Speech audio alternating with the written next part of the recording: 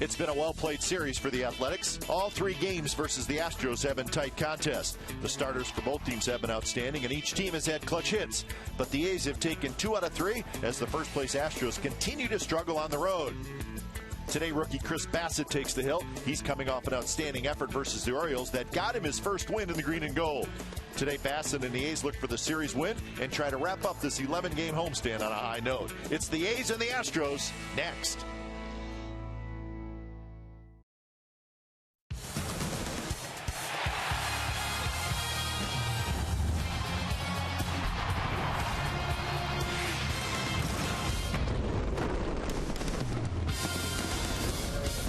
The longest homestand of the year comes to an end this afternoon here at the HOU at OAK Coliseum. Final game of the series is the Houston Astros and the Oakland A's. You'll see it right here on Comcast Sportsnet, California. Good afternoon, everybody, and welcome to Oakland A's Baseball. Along with Eric Chavez, I'm Glenn Kuiper. Chris Bassitt will take them on this afternoon for the A's, making his 7th start of the year. And Eric, he's pitched well, and finally in his last start, he got his first win with the green and gold. And the young man's got very good stuff, has a chance to be special. Yeah, Chris does have very good stuff, and he's pitched out of the bullpen this year. He's been in AAA, he's been up and down, but the A's are going to get a good look at him for the next 2 months. And like most of these pitchers, they're showcasing for next year to see who's going to be in that starting rotation. And Chris Bassitt certainly has a chance to do that. One of a group of young right-handed pitchers that the A's will look closely at here in the final 2 months. And for the Astros, they will send Mike Fiers to the mound. He is making his first start as an Astro since coming over at the trade deadline. So there's your pitching matchup for the series finale. We'll have lineups and first pitch when we come back. It's a gorgeous day for baseball at the Coliseum. A's Astros coming up.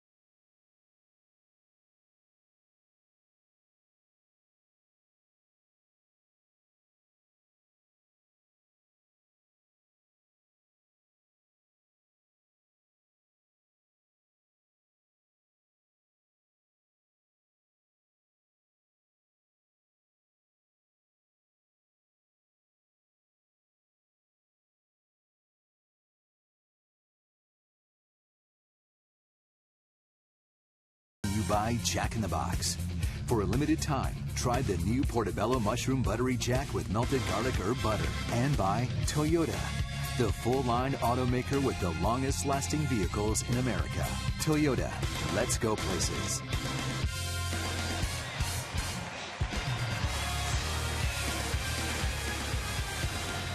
So the A's trying to win the series. against the first place Houston Astros as they wrap up this long homestand. It's the A's and the Astros as the A's take the field. So we are set for baseball. Here's the game time weather presented by the Santa Cruz Beach Boardwalk. Get to the beach. The admission-free boardwalk is now open daily. Beautiful day, 70 degrees, lots of sunshine, and not a cloud in the sky. So pretty good day to sit back and enjoy a ball game. And that's what the A's fans are going to do today. Let's look at the Astros lineup. And it starts with the All-Star Jose Altuve. Then Preston Tucker will hit second today. Carlos Correa third. Carlos Gomez is the cleanup hitter today. Then Jed Lowry fifth. Colby Rasmus sixth. Luis Valbuena seventh. Chris Carter is the DH. He'll hit eighth. Jason Castro is the catcher batting ninth. And on the mound for the A's, making his seventh start of the year, the 26-year-old Chris Bassett. His last time out, he earned the victory versus Baltimore, going 7 innings, scattering 5 hits, and not allowing a run. He's a big, tall right-hander with a lot of deception. Look for him to throw fastballs up in the zone, curveball and sliders to the righties, and mixing a changeup to the lefties.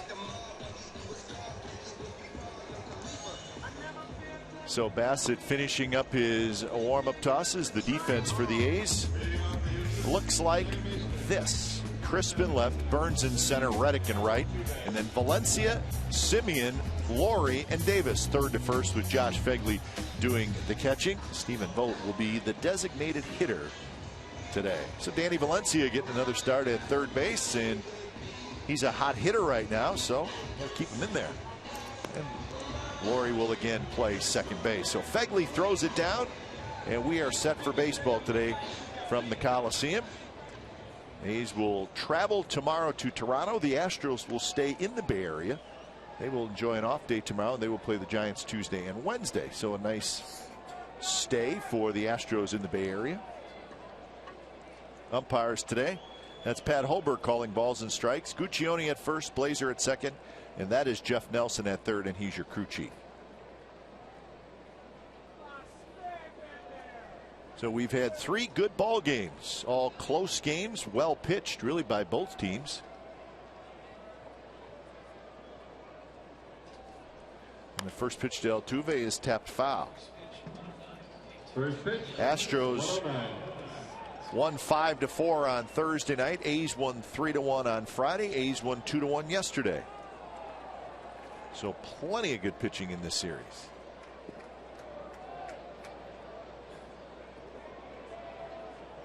Altuve, 298 is his average, 9 home runs and 48 RBIs.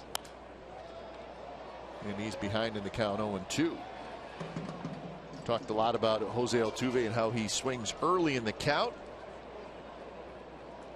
Maybe a different kind of leadoff hitter. He's only walked 23 times this year in 426 at bats. But his on base percentage is a very respectable 342. So he's there to get base hits. Yeah, he's up there to swing, and he finds holes, man. He puts the barrel on all types of pitches, and he's looking to pull a whole lot of them. And he drives this one toward right center. Reddick on the move, and Reddick tracks it down. Nice play to start the game by the A's right fielder Josh Reddick.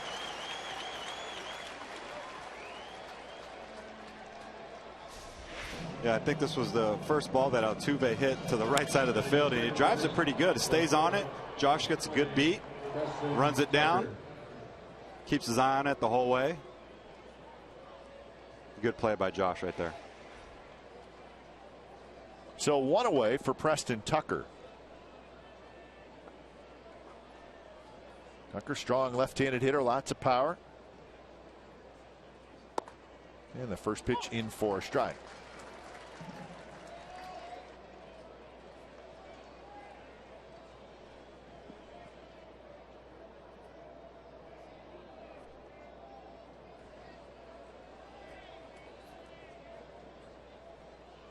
So 0-1 to Tucker. Off speed, and it's 0-2. That changeup is going to be a pivotal pitch for Chris against the lefties. He's got a live fastball. He rides it up in the zone. Got a good curveball. 12-6, big break. But if he can improve on that changeup a little bit, it'll help his chances against the lefties. Setting up outside. Curve, strike 3 call. How about that sequence? Big breaking ball, and Tucker can't pull the trigger.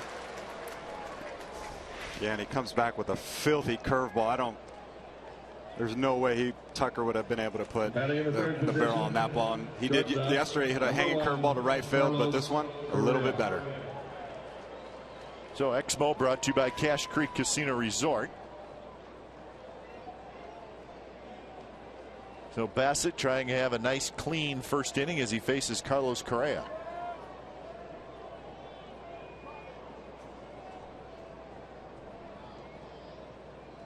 First pitch is off the plate just a bit.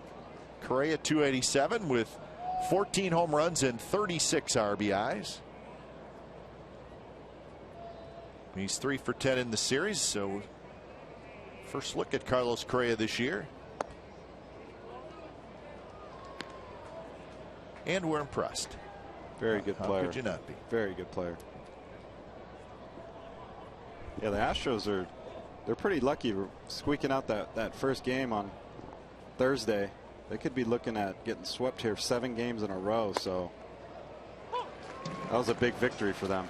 It goes back to that road struggles for the Astros. They are 3-15 in their last 18 road games and 23-33 overall on the road. So could be an issue for them down the stretch. Yeah, and if they continue to play poorly, it's definitely going to settle in that clubhouse, and it's going to be an uncomfortable feeling for them. And you know, they dominate at home, but they got to find a way to be more competitive on the road. Yeah, they're 38-18 at home, and that's pretty darn good. One of the best home records in all of baseball. 3-1 to Correa. And that one in there for a strike.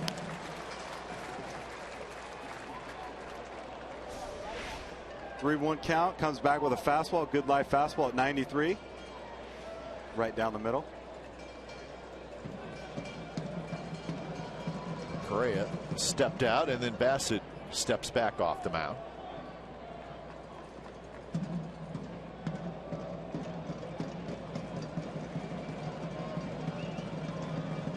Payoff pitch to the young shortstop is a fastball outside, and it's a 2-out walk.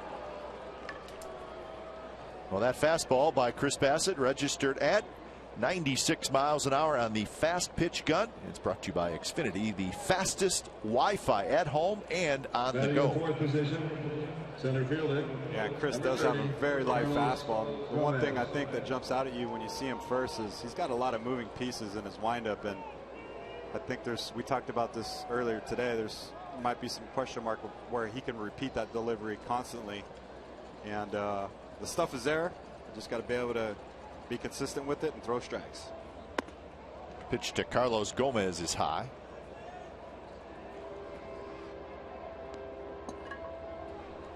Gomez hitting in the cleanup spot today. Seen Jed Lowry in that cleanup spot this weekend. We've seen Colby Rasmus in the cleanup spot, and now Carlos Gomez. Yeah, I think AJ's trying to find the right formula for these guys to get comfortable and get going here on the road. There's the walk rate as a reliever and the walk rate as a starter. That's average walks per 9 innings.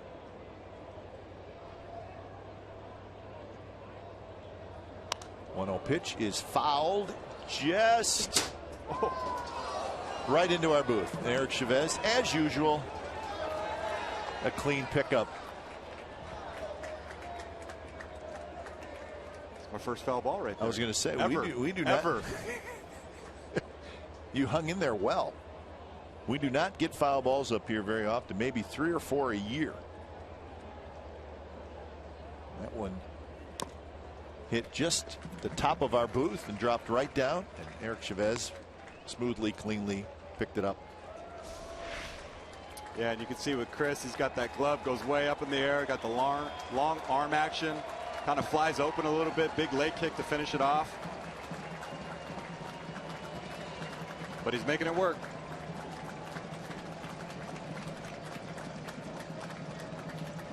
Quick throw to first, and Correa dives back. You know, with the walk ratio from the bullpen to the starter improving as he's been a starter, you know, that could be a result of him overthrowing, or as a starter, he gets more comfortable and relaxed and stays within himself. And that's why there might be a difference in that walk ratio right there. Runner goes, pitches inside. Fegley's throw is a little bit late. Correa is able to keep his foot on the bag, and he has a stolen base. So he's got 9 stolen bases now.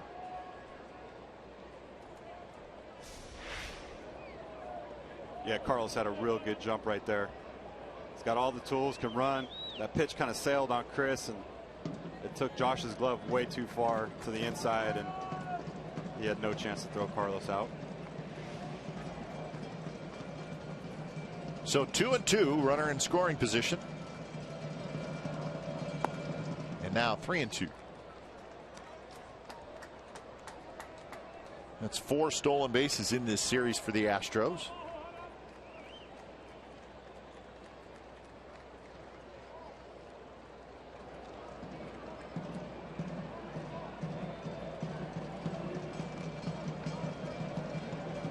Trying to keep Correa somewhat close at second base. Curveball, and Gomez swings and misses. Side retired. Couple of strikeouts for Bassett in that first inning. Bottom of the first coming up.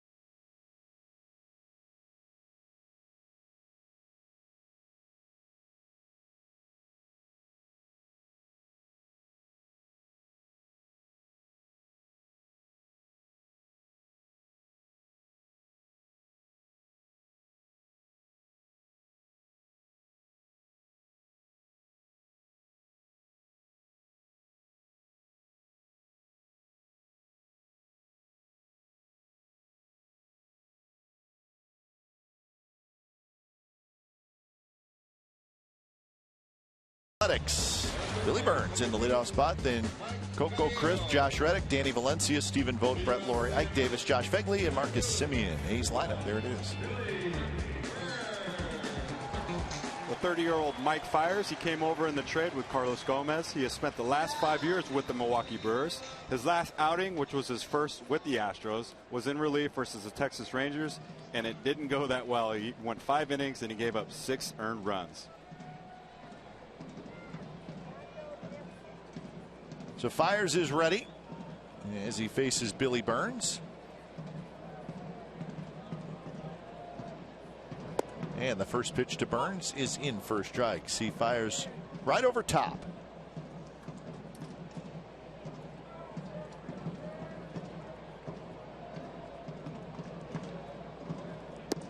That one up and away. 1-1 the count. Burns at 292. Couple of home runs and 22 RBIs. He's 2 for 11 in the series with a couple of RBIs. So 2-1 the count with Coco to follow and then Reddick.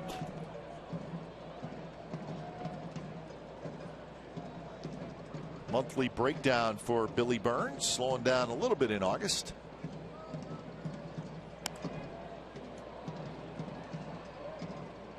Which is not uncommon for a rookie, really playing every day, grinding the major league level. It's not that strange to see a guy maybe get a little tired at times.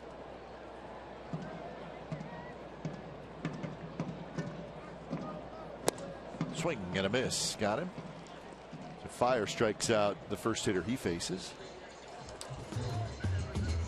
Defensively, Astros line up like this: Tucker, Gomez, Rasmus in the outfield, Valbuena, Correa, Altuve, and Valbuena. So Valbuena is going to be busy today.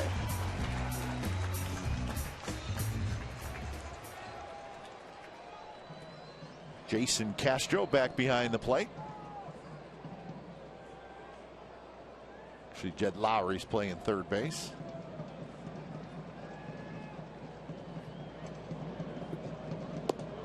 First pitch is away to Coco Crisp. Coco left yesterday after a couple of innings. A little upset stomach, but he is feeling better today, so he's back in there. There's a strike, 1-1 the count. Yeah, and much like Chris, Fires has a lot of deception too. He kind of throws that glove hand way up in the air, and he tucks his arm down below his legs, and the hitters kind of pick it up late, and it kind of gets on him a little bit. That's a good pitch for him right there, that changeup.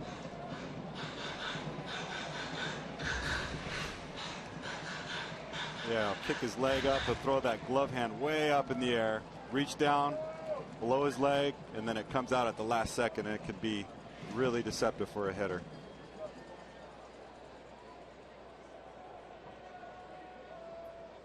So 1-2 to Crisp. And there's that changeup again. Back-to-back strikeouts for Fires. He comes back with that good changeup. Coco can't pick it up. Batting in the third position, right fielder. Very good pitch. Number 22. Fires has more strikeouts than innings pitched this year. So for his career, he's done that. Yeah, too, and he's not a hard thrower. But the changeup is a pitch that he can strike guys out with. And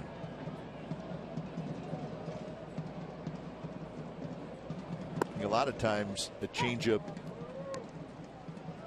you want a guy to make contact with it because it's not a pitch you can really drive, but that's a swing and miss changeup for sure. Yeah, he's got a swing and miss, exactly.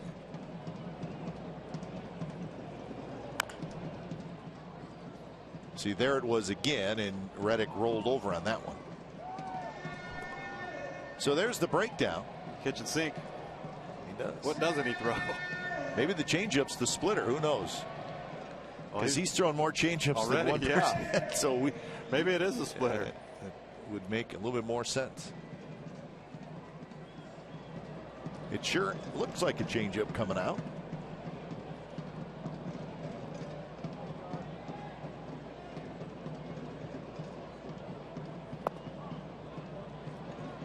So 1-2 the count to Reddick. 281 for Josh, 13 home runs and 58 RBIs.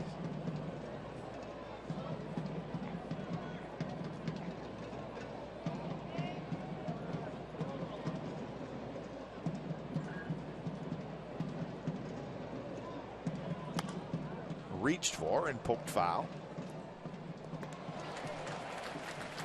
Yeah, I know Mike got kind of hit up in Texas his last outing, but that was kind of an emergency appearance for him. He's actually scheduled to pitch the next day, and the starter got roughed up, and he had to come in and in a hurry and pick up the ball club.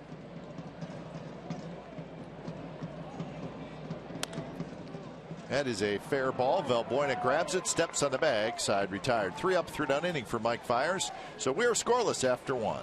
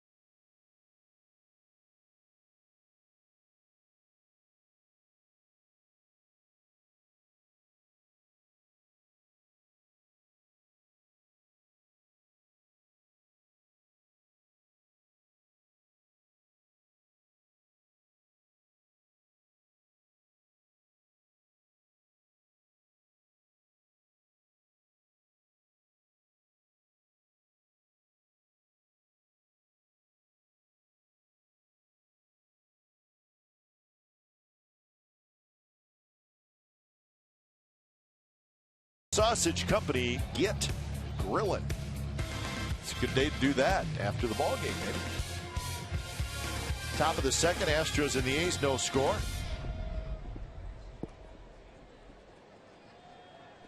It'll be Jed Lowry, Colby Rasmus, and Luis Valbuena.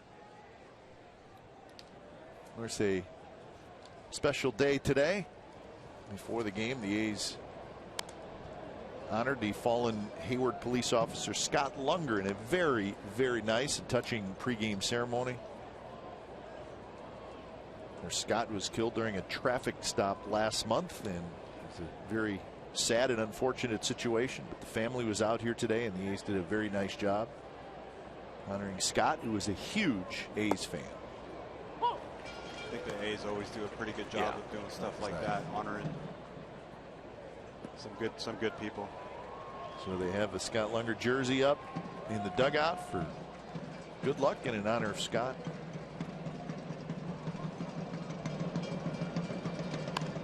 Slapped foul. Scott's father, Paul, threw out the first pitch along with his daughters Ashton and Sarah Lynn.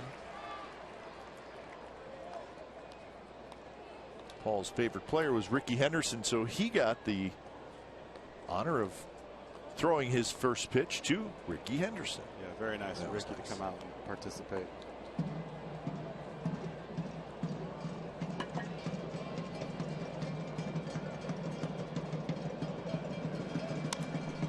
Pitch is fouled straight back to the screen. During batting practice today, the A's wore Hayward Police Department hats, which was again a very nice gesture by the Athletics players.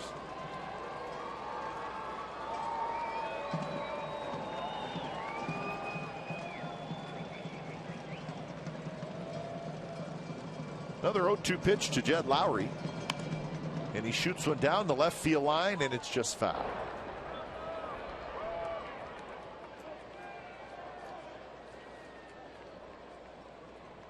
So there's the hats. The Hayward Police.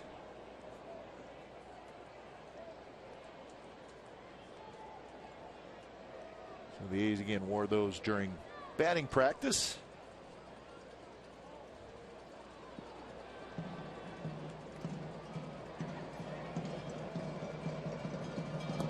Inside. Yeah, on that 0-2 pitch, Chris threw a 0-2 changeup, and unless you do have a swing and miss changeup, 0-2, I'd rather see a curveball bounce or throw the fastball up in the zone. And Chris's changeup is more of a pitch to contact. It's a good battle here. Count 1-2. So you're saying that maybe his changeup, maybe not a chase pitch, but a curveball for him, more of a chase pitch on 0-2. Yes, and you want to put the hitter away. You don't want to give him an opportunity to put the barrel on the ball. And Fires has a swing and miss changeup, but Chris is, his is a work in progress and getting better, and he's working on it. But 0-2, you definitely want to throw the swing and miss pitch.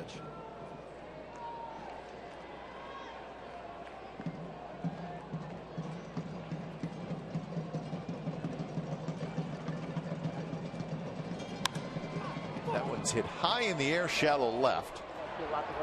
Coke goes under it. He's got it. So Lowry is retired. One out here in the second inning. No score.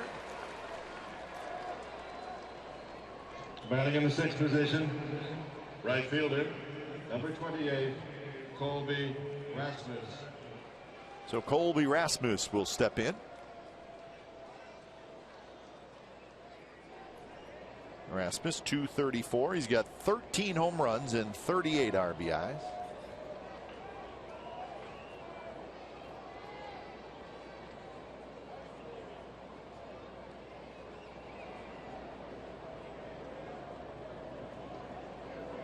First pitch is low to Rasmus, who in this series is 2 for 12. He's been in the starting lineup in each game.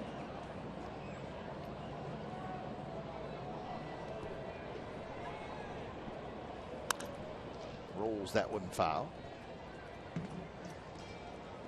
Yeah, if Chris continues to improve here, and I know the A's record isn't exactly where they wanted it to be, but they're not far off from from rebuilding this thing and having they definitely have the rotation for it. They got plenty of arms. You got Jesse Hahn, Graveman, Aaron Brooks has looked good, and then obviously Sonny at the top. So they have the arms to repeat this good rotation and compete every day. Yeah, they have a whole slew of arms to choose from as you go into the future. Sean Nolan, the left-hander they got from the Blue Jays. There's Brooks. And there's a shot toward the gap in left center field. That's going to get down, and that's going to go to the wall. Bangs off the base of the wall, and Rasmus has a one-out double.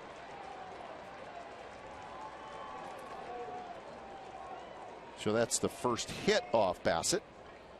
Yeah, it's a pretty swing by Colby right here. Fastball away, down. First baseman was running away from him. He stayed on it, head down. Just a good approach, and sometimes you just tip your hat to the hitter. A good looking swing right there. He's been quiet this series, so let's try to get him out of here before he starts getting hot.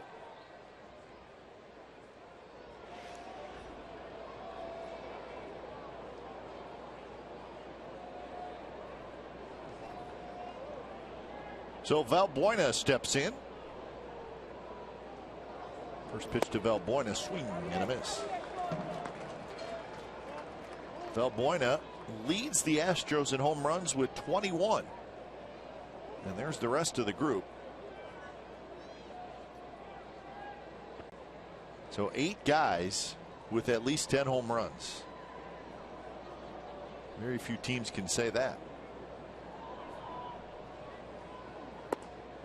Valbuena hitting only .215, but with the 21 home runs, he's knocked in 43. Spent quite a bit of time with the Cubs. His first year in Houston.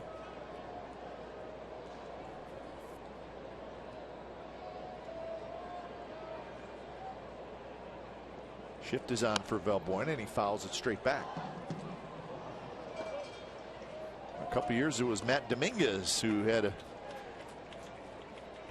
the third base job for the Astros, but he just never really put it all together offensively. He was a pretty good defensive player, but so it looks like that experience is over. And now with Correa here, Lowry will get most of the time at third base. Yeah, and they sell Jed to a 3-year deal. Yep. Yep.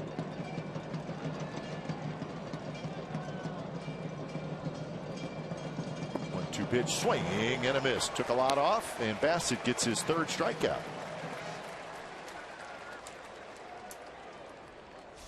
A swing like maybe he was looking for a fastball, Eric. There's that very good swing and miss curveball that we were talking about. Starts way up in the zone, has good depth, good bite down. You could see Valbuena's eyes when it came out of Chris's hand. His eyes went up. He was thinking about something up in the zone, and the ball ends up falling down out of the zone. Good pitch by Chris.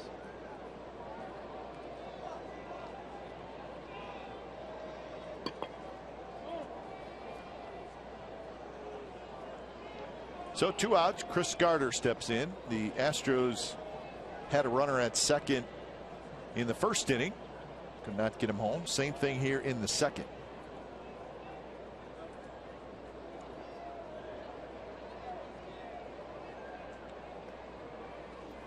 And Carter takes a fastball on the outside corner for a strike.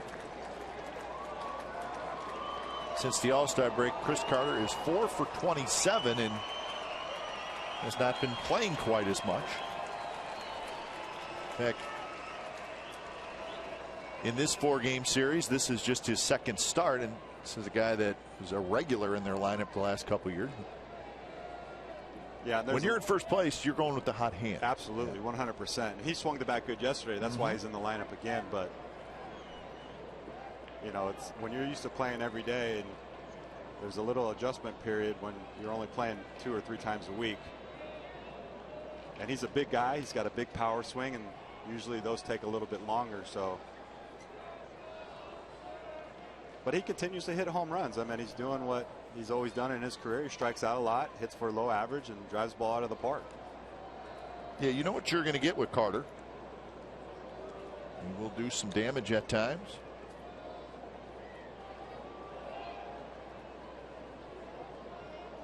Oh, 1 pitch. Swing and a miss, and it's 0-2. Looks like the curveball is pretty good today for Bassett. Yeah, he does have his curveball working today. It definitely looks like his best pitch, a swing and miss pitch. Wouldn't mind seeing him go back to it again, just down out of the zone.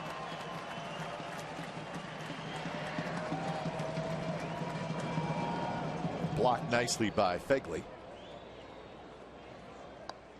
So 1-2 the count with Rasmus at second base.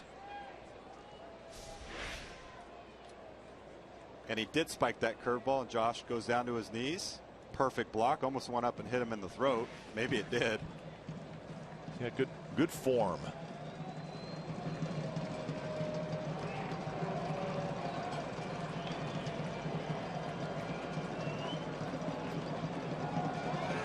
One-two pitch is hit high in the air, center field. Burns going back, still going back in front of the wall, and he makes the catch. Side retired. So a long out for Chris Carter.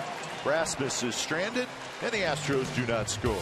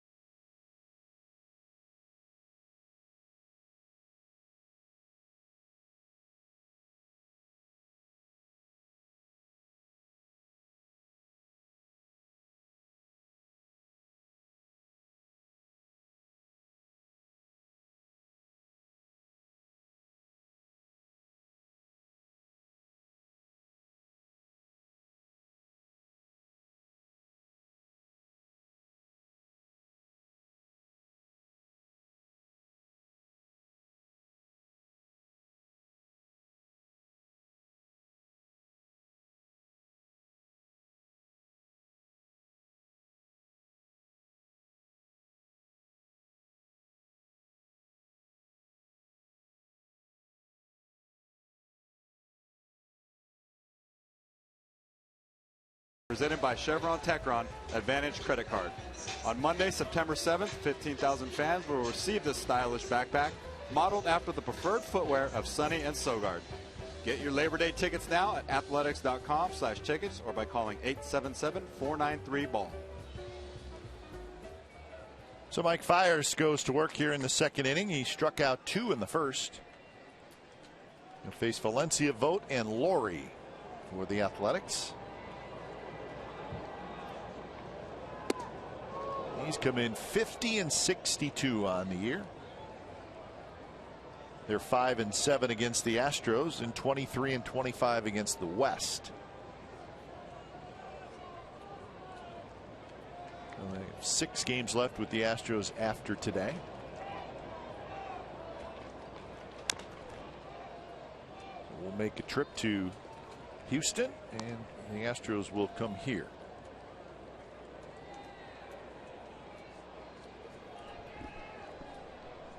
1-1 to Valencia. His overall numbers: 8 homers, 32 RBIs.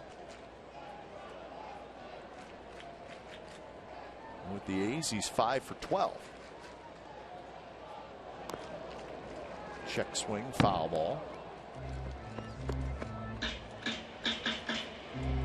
A's versus the Astros in 2013, 15 and 4. 2014, 11 and 8. This year, 5 and 7. And that correlates with the improvement that the Astros have made over the last 3 years too. So strike 3 called on the outside corner.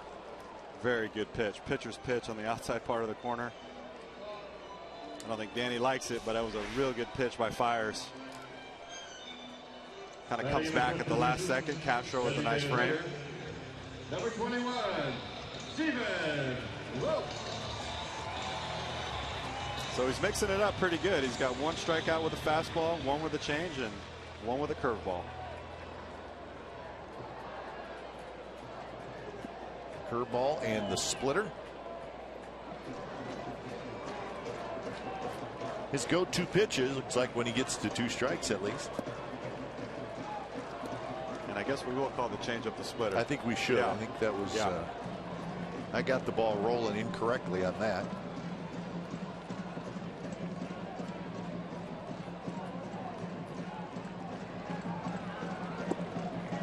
Two 2-0 to Vogt, 257 with 15 home runs and 60 RBIs for Vogt, who's DHing today.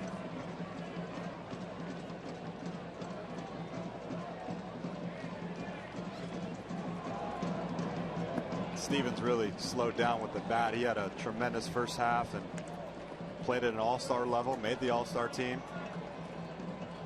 Maybe starting to run out of gas a little bit every day. Controlling the staff. I mean, not only is it physically grinding, but mentally grinding, and it may be taking the toll. He's looking for his second win. There's a strike, 3-1 the count. Vogt 3 for his last 42.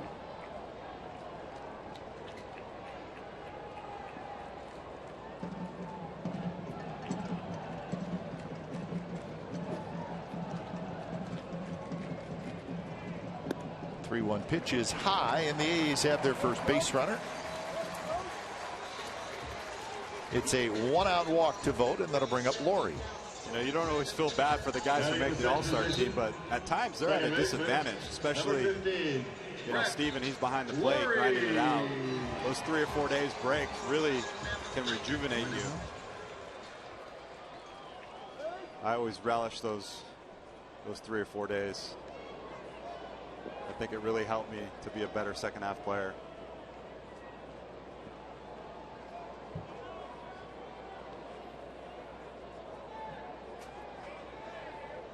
So here's Laurie. A little bit outside.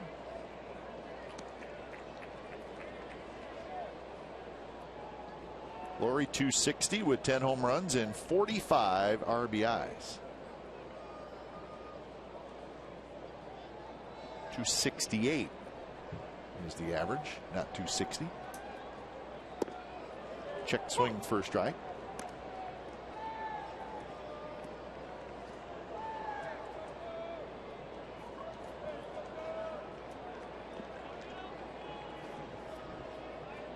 Laurie's 2 for 10 in this series.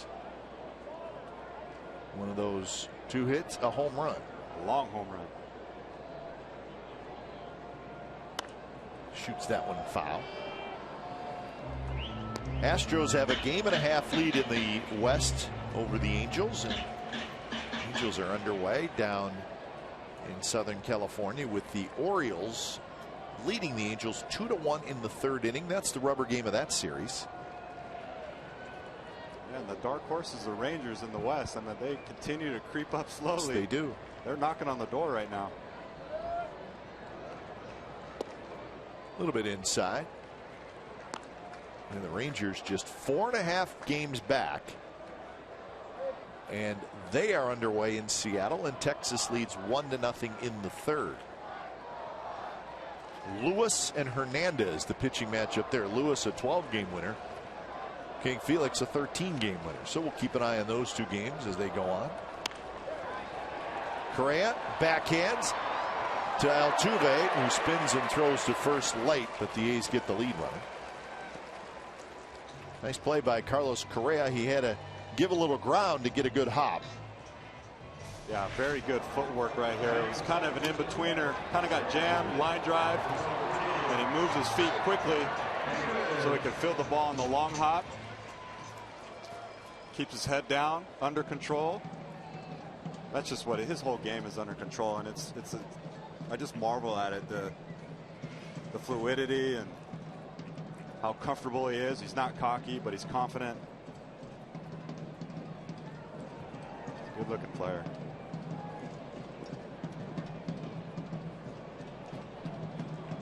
So here's Ike Davis. Well, and we've also heard from the Astros people that he is one of the nicest young men you will ever meet. He's already done good things in the community at a very, very young age, and he's a very polite young man, just 20 years old, so that's good to know.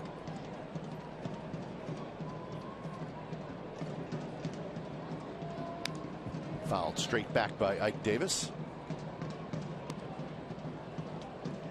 Yeah, you like hearing stuff like that. I was listening to an interview the other day with Houston Street, and Trout hit a walk-off homer, and Houston had his kids in the clubhouse, and he told them, go watch his interview and watch what he talks about. And he talked about his teammates and nothing about himself. And as a team leader and guy that's probably the best player in the game, you just love hearing about that stuff. Off the glove of Fires. Correa throws in time. Side retired. So shift was on. Davis is retired, and so are the A's in the second inning.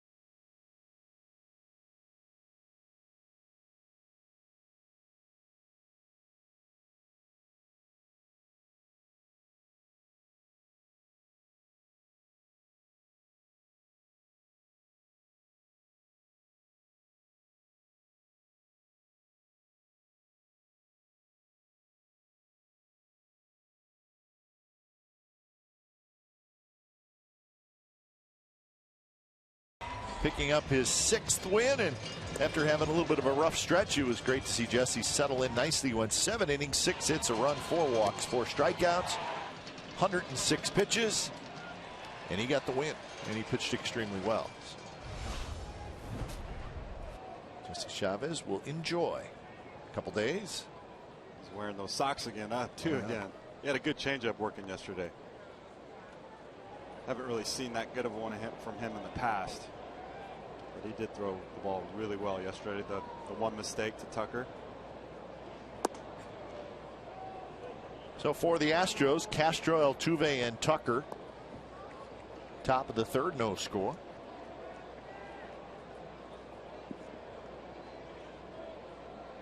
You really do wonder when you look at this team offensively.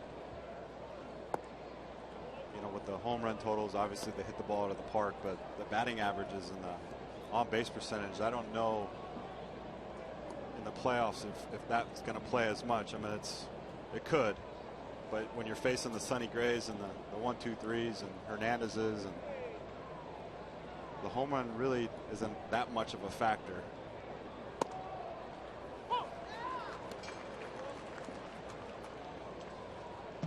And that's what Eric's talking about. 1st in home runs, 4th overall in runs scored, 6th in slugging. So their runs come from the home run. Loses the bat on a swing and a miss, so 2-2 the count.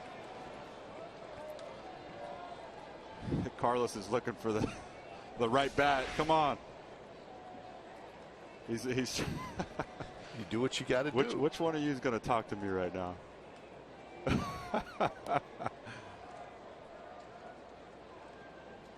Anything for some knocks.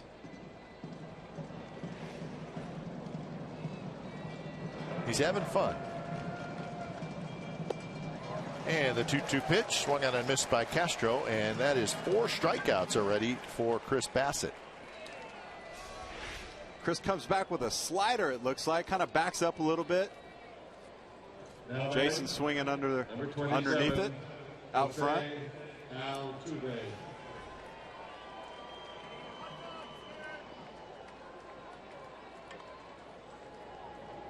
So top of the order in Jose Altuve.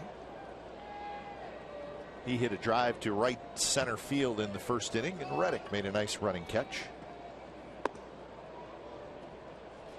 The Astros really only have 3 guys that consistently put the barrel on the ball that don't strike out that much. You got this guy Altuve, Correa, and then Jed Lowry. So you do wonder if the strikeouts are going to be a factor towards the end of the year here.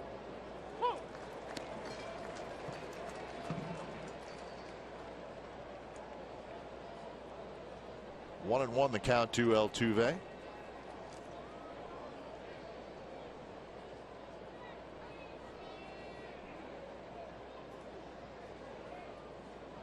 They do have a few guys, I guess, who can manufacture runs if needed. But we'll see if that is how it goes down the stretch. Altuve is retired. So 2 away here in the 3rd inning. And that'll bring up Preston Tucker. I was talking to Ron Washington yesterday at the Oakland A's bowling tournament that they had last night. Great function, by the way. He could not say enough good things about Marcus and the job that he's done and the work that he's put in.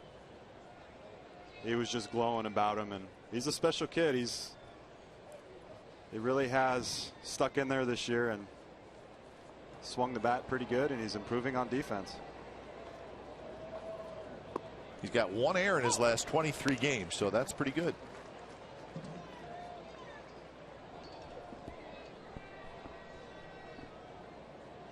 Oh, 1-1 to Tucker, who struck out looking in the first inning.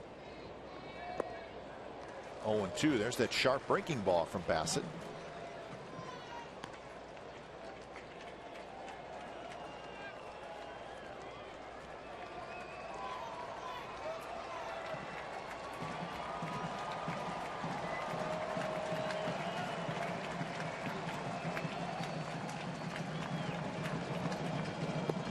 Big curve, just missed outside.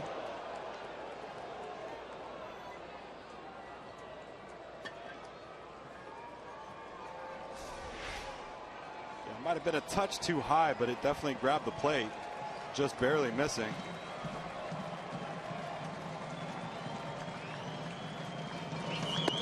And now 2-2. 96 miles an hour on that fastball. Yeah, what was encouraging too with his last start, I believe his last pitch too was 94, 95, maybe it was 96, and he maintained that velocity through his outing, 7 innings.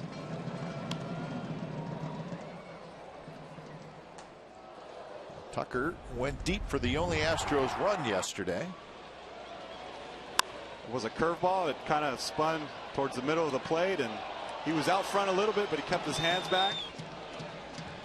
Put a good swing on it. The only mistake Jesse made yesterday.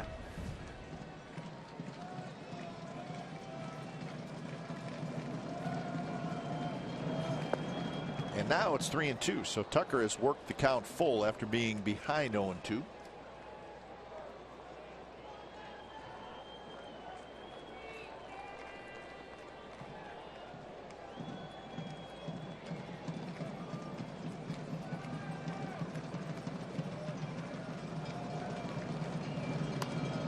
Big swing. Tucker does not get cheated.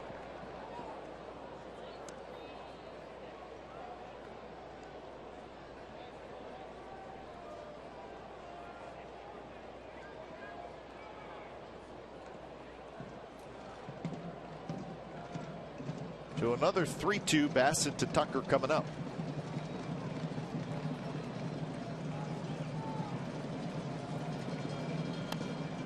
And he stays in there.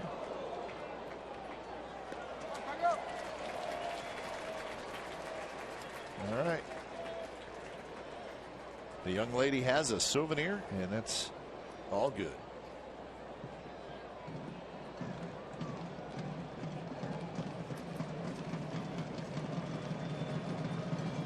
Curveball on 3-2. He snapped off another good one, and Tucker strikes out for the second time. 5 strikeouts for Chris Bassett. We're going to the bottom of the third. No score between the A's and the Astros. It's time for Ask the A's, brought to you by YP.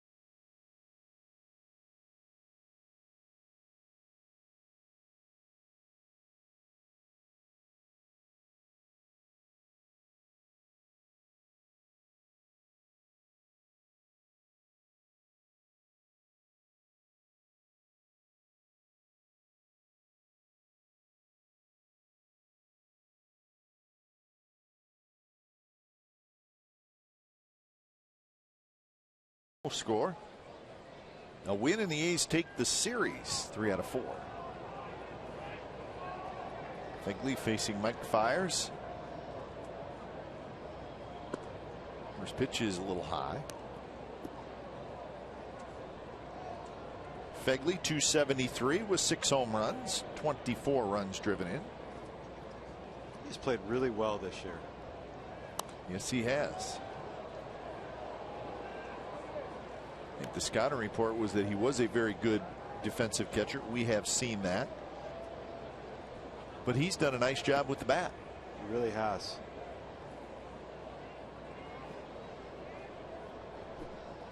He's got some pop. Will hit the ball the other way.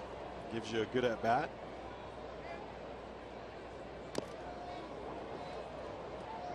So 1-2 to Fegley.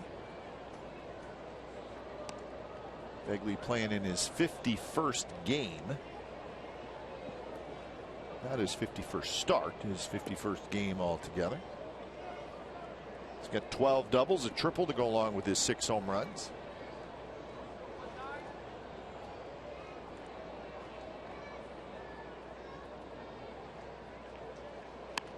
One-two pitch is grounded slowly towards short. Correa fires to first, 1 away. Follow the Athletics all season in 2015 with MLB.com At Bat, the #1 app for live baseball. At Bat is up to the moment at any moment with in-game highlights, live look-ins, replay reviews, radio broadcasts, StatCast, and more. Get MLB.com At Bat for your smartphone or tablet. They're the daughters of the late Scott Lunger, and they have good seats, and they should have good seats today.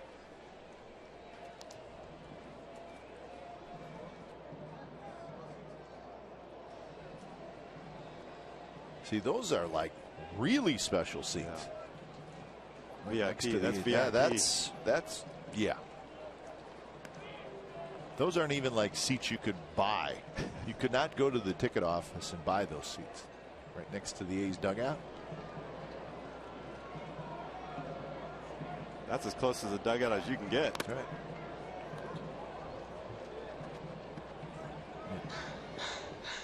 The walkway that goes from the dugout to the clubhouse.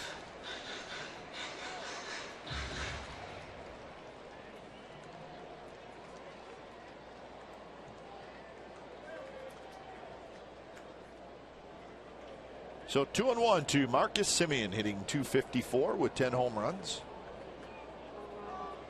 5 for 11 in the series. And eight hits in his last 17 at bats. So he's got a good little swing going right now.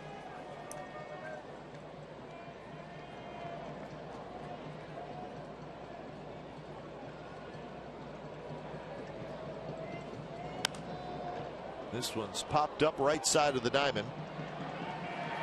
Valbuena gives way to Altuve. Altuve says, I'm an all-star.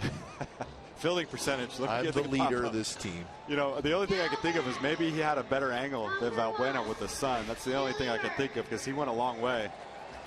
Right away, Altuve was calling it too. So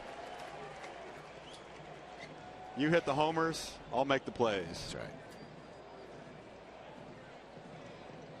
So 2 away. And now Burns steps in. Burns struck out in the first inning.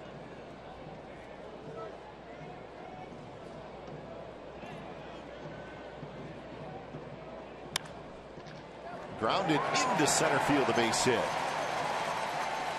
So Burns gets the first hit for the A's. It comes with 2 outs in the third. Fires with the fastball in. Good swing by Billy. Take it right back up the middle. Not trying to do too much with that speed. Just put it on the ground. Go ahead and get yourself a good lead and try to steal second.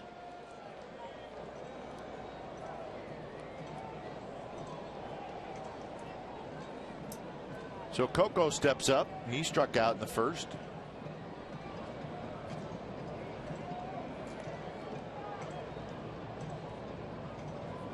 Burns, big lead, jumps off first, not going, and the pitch is a ball.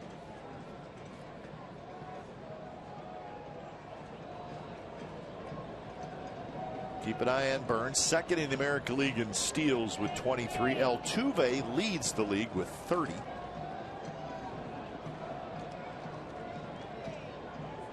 Not a bad time to run. So the count now 2-0.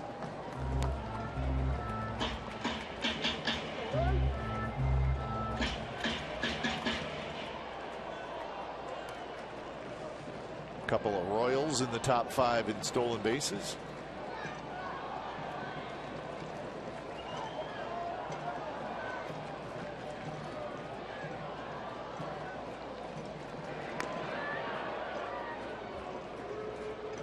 I know Coco, I know he looks up there in the average category and he's not pleased and the year hasn't been a good one for him, but he needs to take it at bat, one at bat at a time, not try to get it all back in one swing because that's not going to happen. But I know he's frustrated. He wants to be performing. And Burns just got back. Valbuena points to the dugout. Says we may want to take a look at it. Burns may have been going. Yeah, he was leaning. It's a good move. He got in. The umpire was right. He told him he tagged him too high on the body.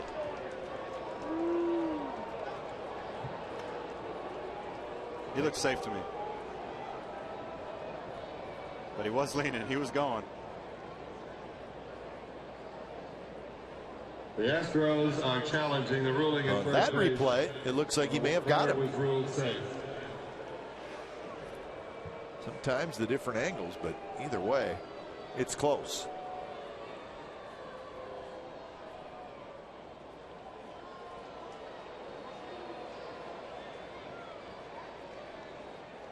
Watch when glove hits body, and then watch the right hand.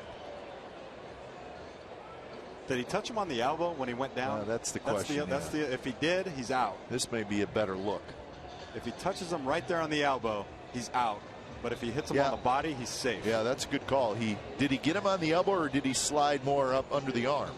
And if it's not enough to overturn, then he's going to be safe. But you just can't tell right there if he gets him right on the elbow. The umpire was right there. He was right on top of it.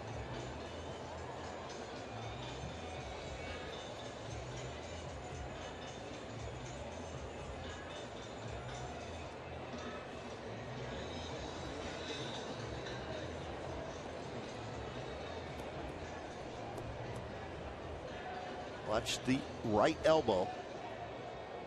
Yeah, I don't know that he tagged him on the elbow. May have missed the elbow. Yeah, and you could see Gooch explaining to Valbuena where he tagged him, so he was right on it. We'll see if the replay, if they agree with it.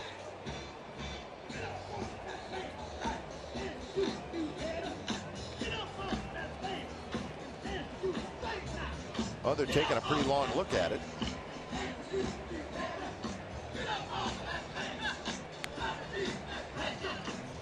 You know, this is the first look at fires for the A's, and usually what you want to do, you can obviously watch his move on the video, but it doesn't do it justice live.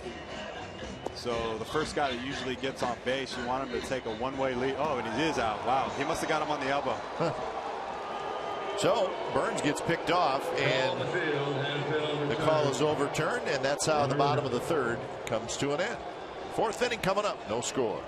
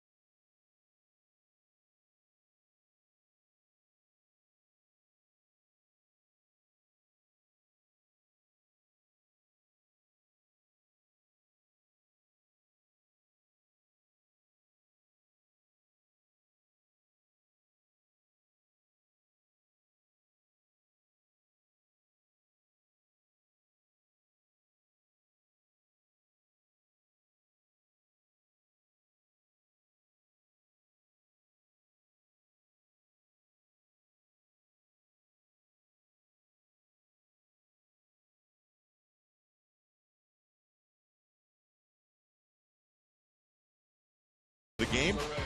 Tweet your strongest fan photo to CSNCA Data Strong Fan. You just might see yourself in an upcoming broadcast. It's brought to you by T-Mobile. Our photo comes from Matthew Miller from Baldwin, Minnesota. Actually, Baldwin, Michigan, I believe it is. And that was Mallory Miller. So here's Carlos Correa leading things off. Correa, Gomez, and Lowry. 3, 4, 5 hitters against Chris Bassett, who's got 5 strikeouts in the first 3 innings.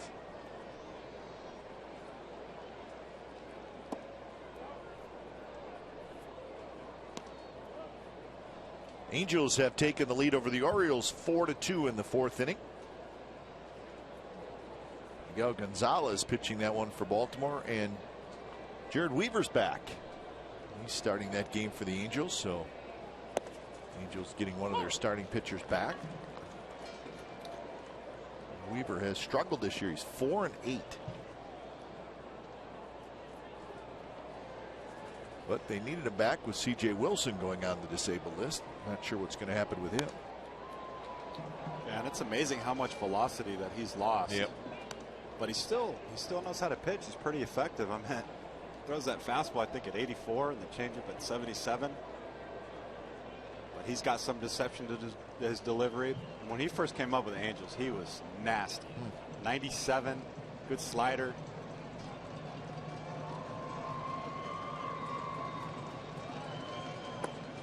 Good pitch, call the ball, and nobody can quite believe it.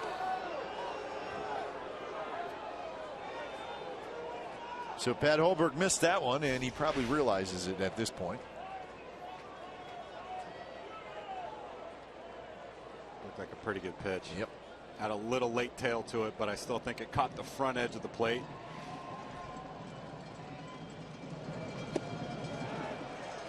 And he went around. So Correa started trotting to first base. He's called out. So another strikeout, make it 6 for Bassett. Yeah, another fastball runs in way. This one way off the plate. Correa can't hold.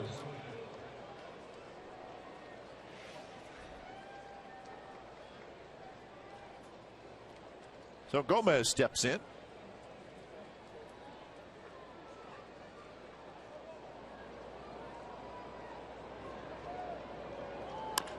Gomez taps one fair. Valencia throws, 2 outs.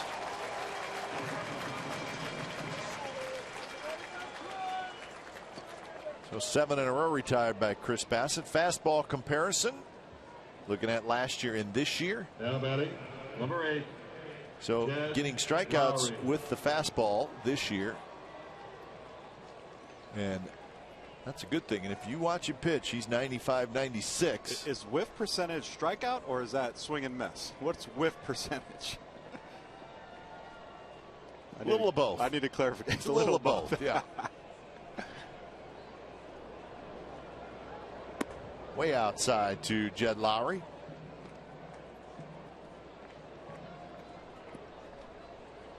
It's how good is your fastball? Yeah, okay. Is that it? That deception has a lot to do with it as a hitter. It's got some late life to it. He throws it at 93 to 95. And then when he mixes that nasty curveball with it, that even speeds the fastball up a little bit more. He's got a good arsenal. If he can improve that changeup versus lefties, he's got a real good chance. 2-0. Hook toward right field. Reddick comes in. He's got it. Side retired. So 8 in a row retired by Chris Bassett. Bottom of the 4th coming up. It'll be Crisp, Reddick, and Valencia. No score.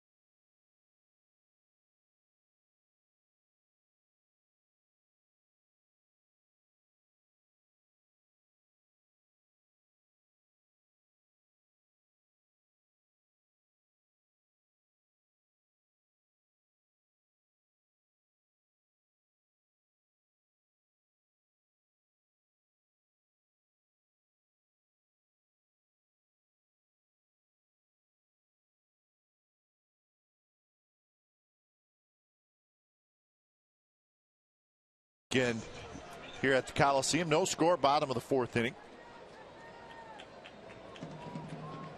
Mike Fiers back to work, making his first start with the Astros. As Eric said, his first appearance was out of the bullpen for Houston. He went 5 innings against the Rangers. But that was because the starter got knocked out early and they went to Fiers out of the bullpen. But he is going to be in their rotation. You know things are going bad for you when you have a 2-0 count. The guy gets thrown out at first and you got to start 0-1 your next at bat.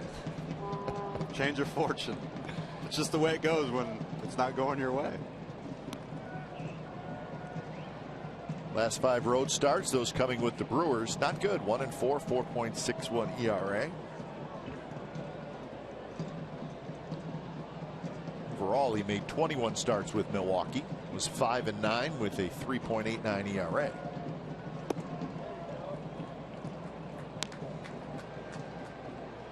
So 2-1 the count.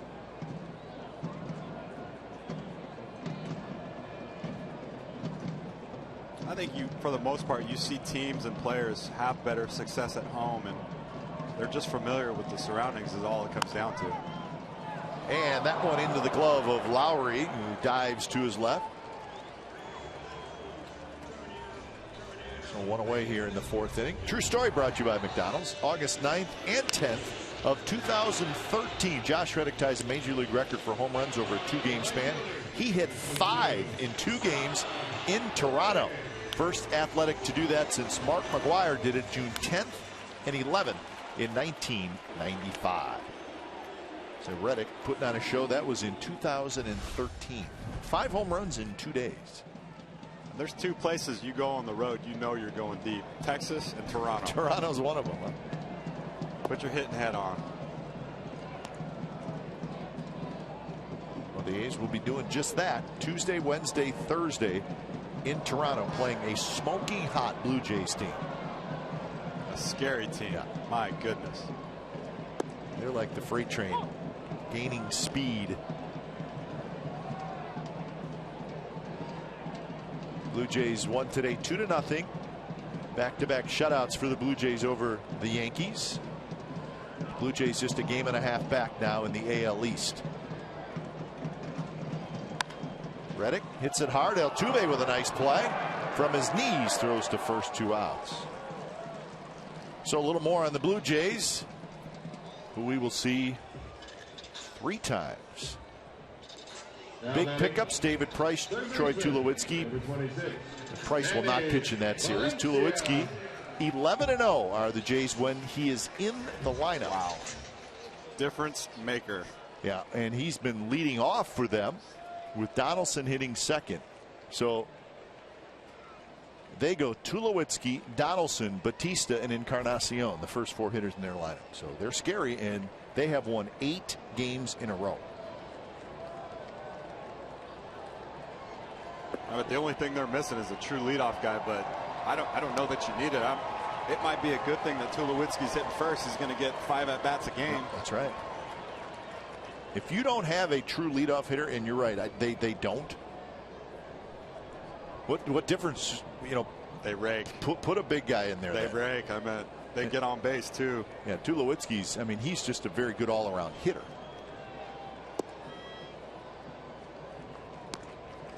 So 2-0 the count to Valencia.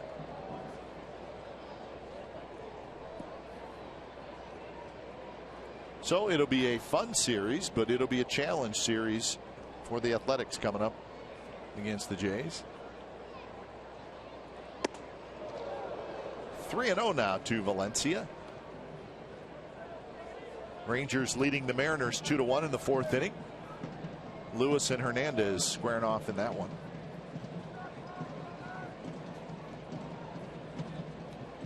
You can see that ball running away from Fiers. Everybody remembers last year Fiers was the guy that hit Giancarlo Stanton in the face. He was obviously pretty shaken up. He had a tough time for that after his next couple starts. 3-0 pitch, and it was a splitter. So it's 3-1.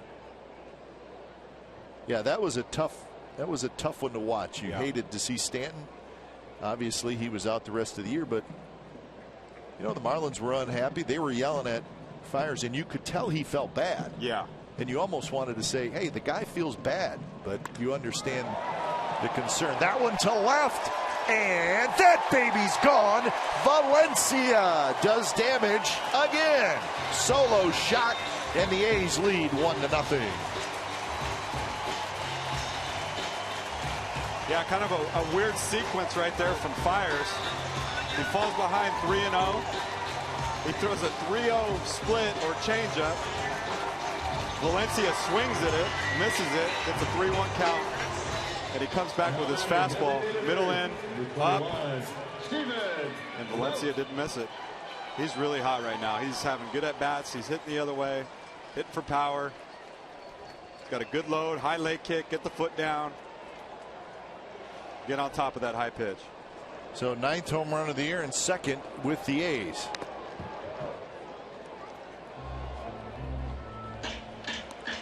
So A's, their 4th home run in this series, and it's 1-0.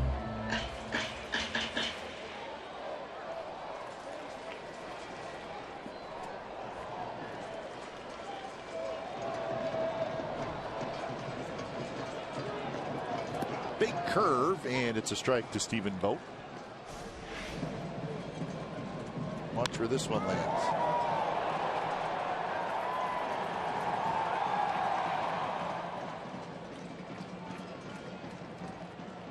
Pretty good start for Valencia in the green and gold. Great start.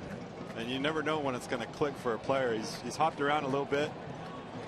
I mentioned the other day, sometimes it just takes you one team or somebody to look at you and go, you know what? I'm going to give this guy a shot. Give him some at-bats, and he's definitely deserving of it. Taking advantage of the situation right now.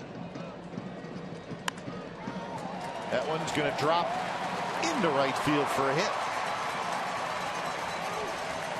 So Stephen Vogt gets his 2nd hit in this series.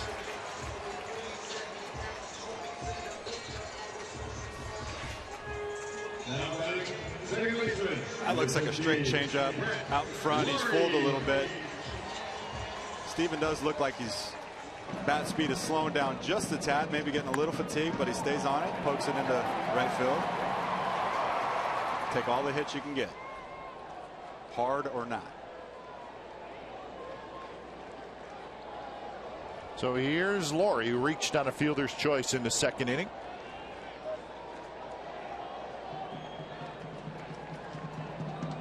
And that one's low.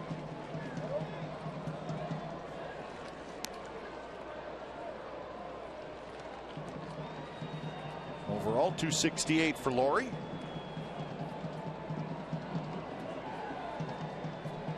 A couple of hits in this series, 2 for 11. Fastball right over the top at 90 miles an hour for a strike. 1-1 to count.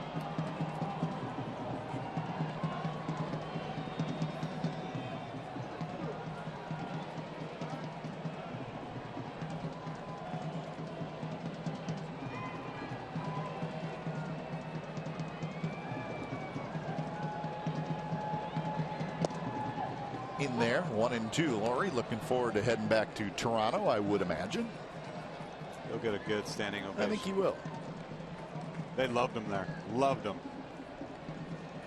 Canadian born.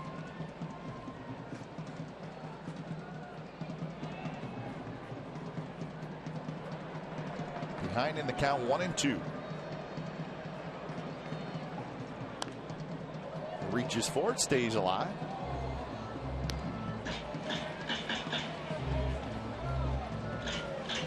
.62 pitches for Fiers.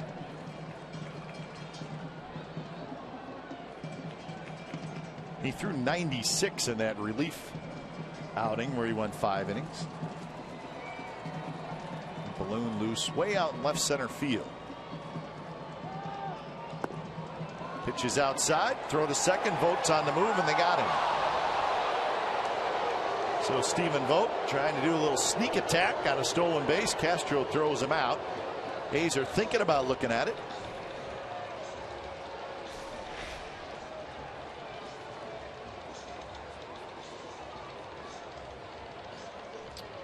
Melvin still. Looked like Steven was going to get in there pretty easily, but he may have. Altuve may have got that tag on his backside just before his foot extends out to the base. Well, I don't know. That's close too. Very close. Another tough call. They're going to look at it. Trying to get a runner into scoring position. Yeah, why not?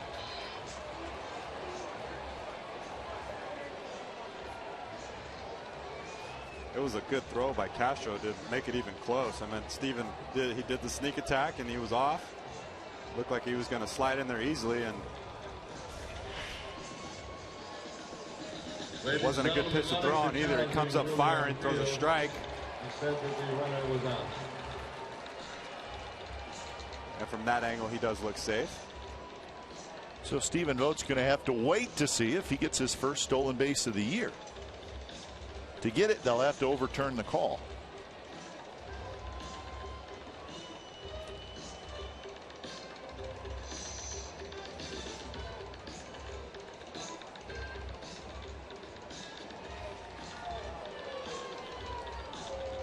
And that was quick. They called him out. So the call stands. And the fourth inning ends, but not before Valencia hits a home run to give the A's a 1-0 lead.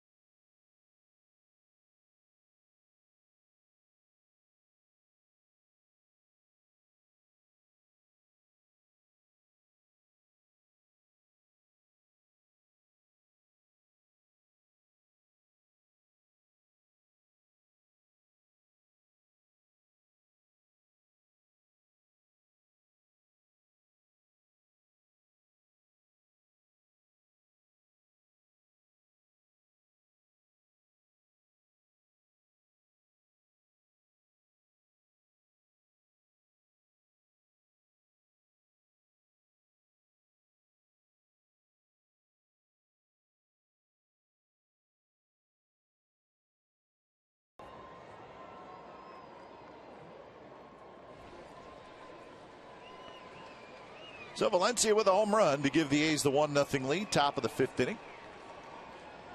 Colby Rasmus to lead it off.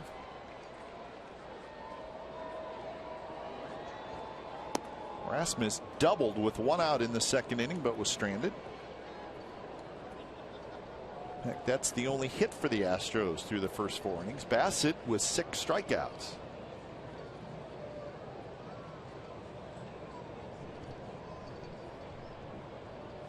Swing and a miss, 1-1.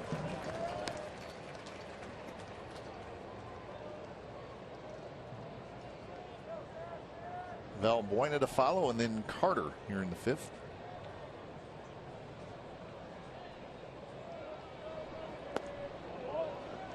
Two and one. Bassett has walked one. That was in the first inning.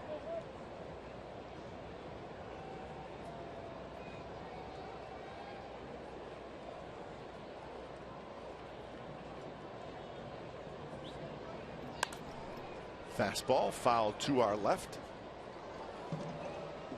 As a hitter, you really have to do a good job of not letting Bassett's glove distract you.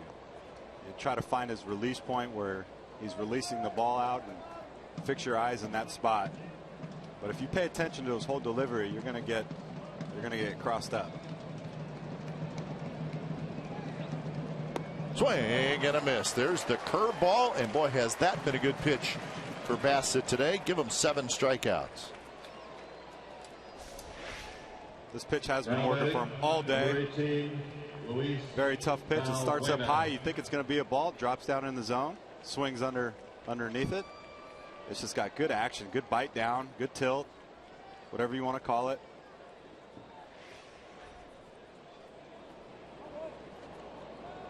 One away for Valbuena, who takes outside.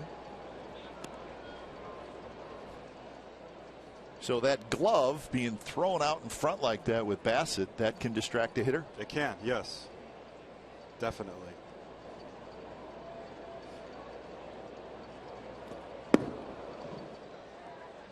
And we showed Fires, and he does the same thing a little bit. A little bit. Both of these guys very deceptive, a little funky.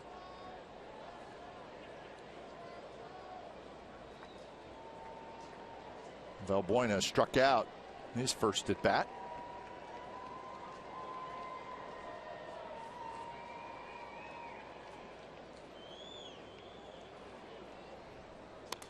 And a good rip, 2-0, fouls it to the screen.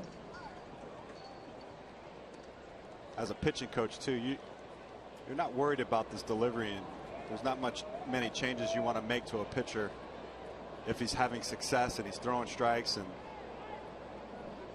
he's able to be competitive with pitches. And at times Chris will miss pretty wide,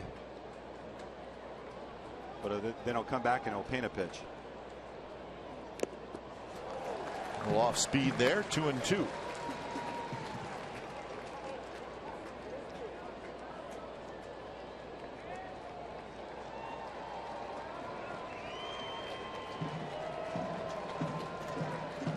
Big shift on for Valbuena. Now the fastball at 95 in off the plate, full count.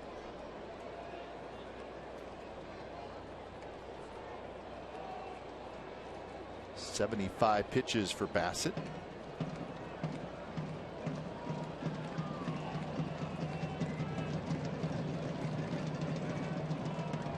Josh just called all of his pitches and he shook them all off. What else do you got, Chris?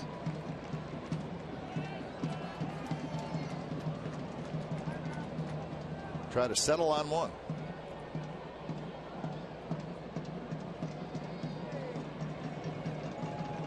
Slider. And he went around. Another strikeout, make it 8 for Bassett. Valbuena can't believe it.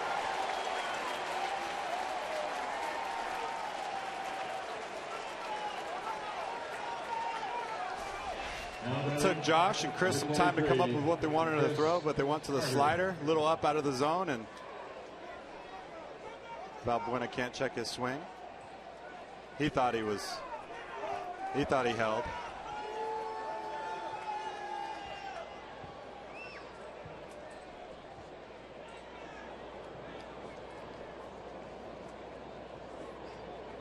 So the career high 8th strikeout for Bassett, and we're only in the 5th inning. So he is settled in.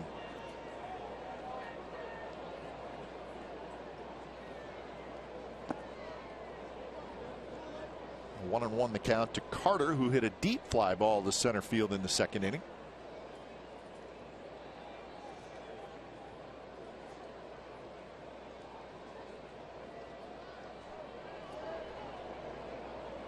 And now the trainer's coming out. Yeah, that last pitch on his follow through, he kind of looked like he slipped a little bit on the dirt. I don't think it's anything big, but going out there checking on him.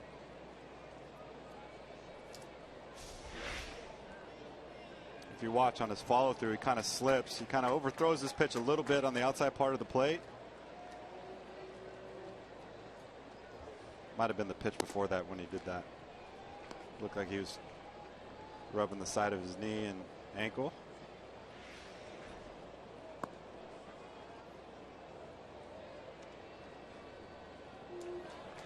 So he's all right. 2 ground ball outs, 4 fly ball outs, and 8 strikeouts for Bassett.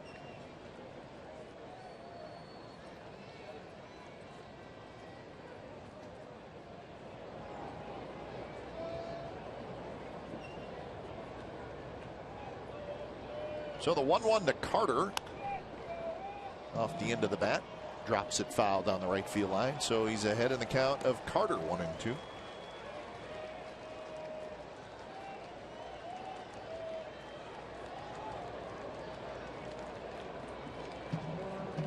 The breakdown, pitches by inning, sitting on 79.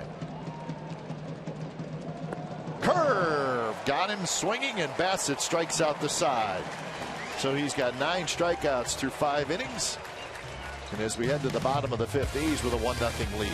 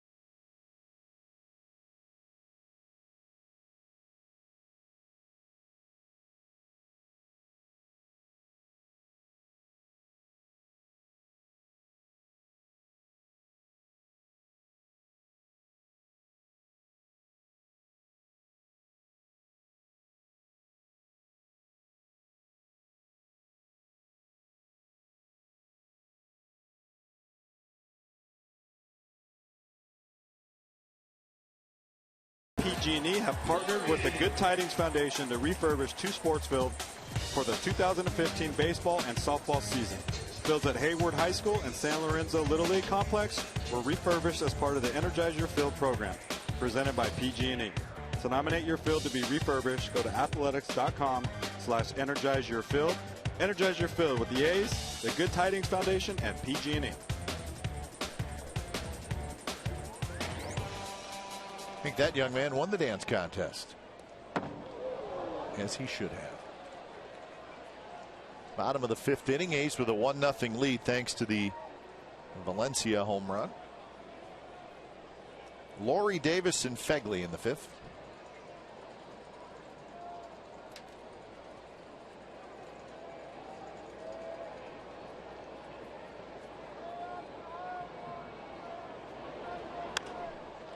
Laurie skies one toward Altuve, who backs up. Now the outfielders are coming in, and Rasmus grabs it, knocks Altuve over, helps him up. Smiles all around, and the out is recorded, 1 away.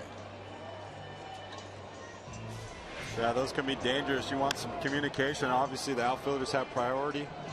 Center fielder first, then the corner outfielders, and maybe Rasmus needs to be a little bit louder for Altuve to hear him and get out of the way. You want to let the guy know early. Give him an opportunity to get out of the way. That could have been dangerous right there.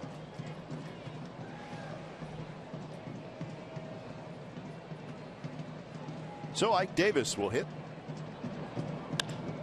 And he rolls one towards second. Altuve charges, gets a nice hop, 2 away.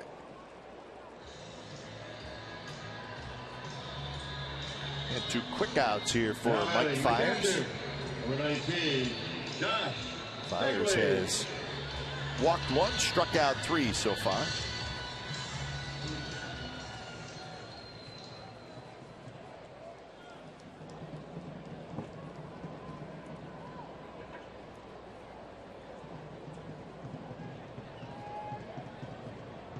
Fegley hit a ground ball to the shortstop in the third inning.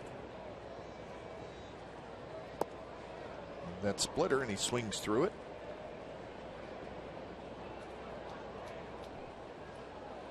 You don't see a lot of right-handers throw right-handed hitters changeups, but that is a swing and miss changeup, and it's a good one, or split. That one launched down the left field line, but foul. Let's see if that was back-to-back off-speed pitches.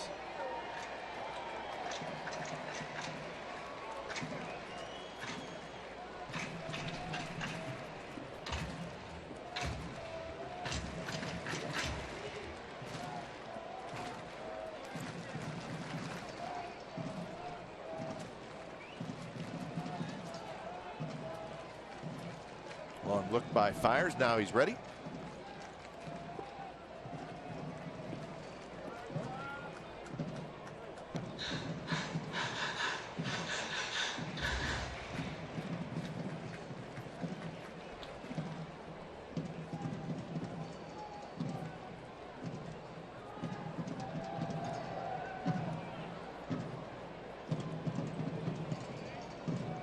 Way outside. Castro tries to block it.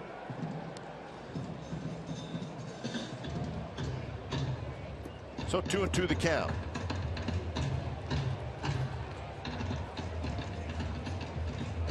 Fiers trying for his second 3-up, 3-down inning. He did it in the first.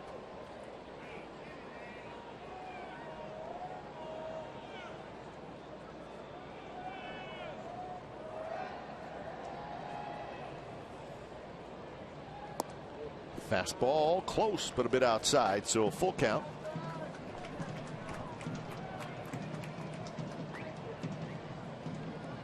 Fegley can get aboard. Semien would hit.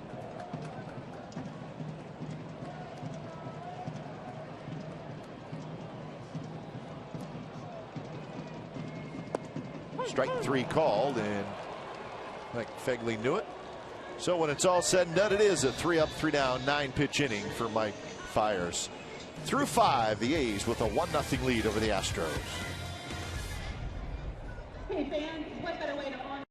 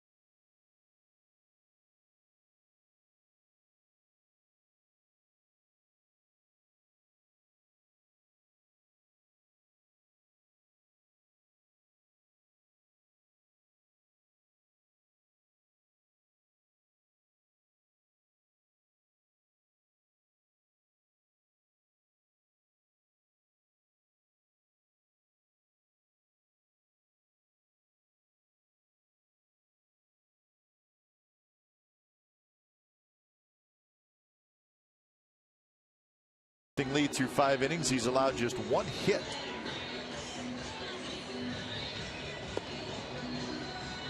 So we'll see if he can keep it up. He's got a career high 9 strikeouts already today. He's done that in 5 innings. So what else can I tell you? Let's see. He's retired 3, 6, 11 in a row. He's walked only 1, and the only hit he allowed was Colby Rasmus 1-out double in the second.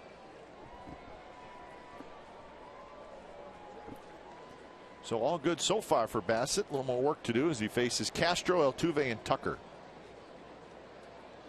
Both Bassett and Fires have had a really good game today. Yep.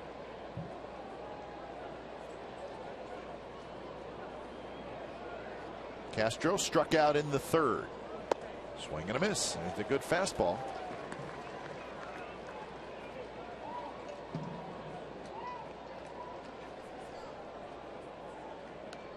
Castro is 1 for 8 in the series.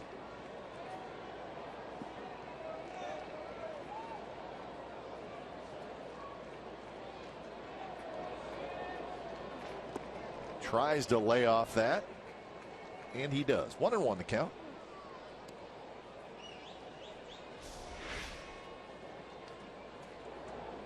Lays off the curveball down. Good call. Good pick by Josh too.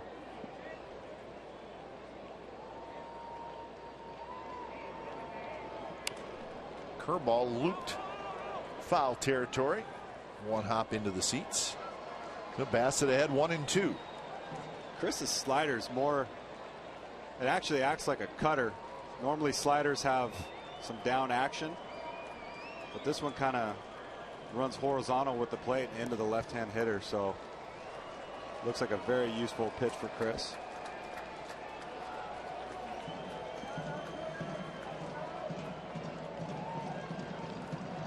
Trying to put away Castro.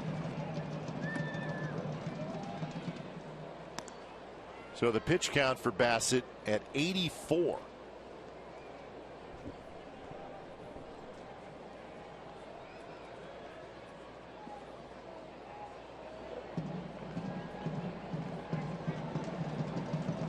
Got him swinging. Another breaking ball. Castro chased it. Make it 10 strikeouts for Bassett.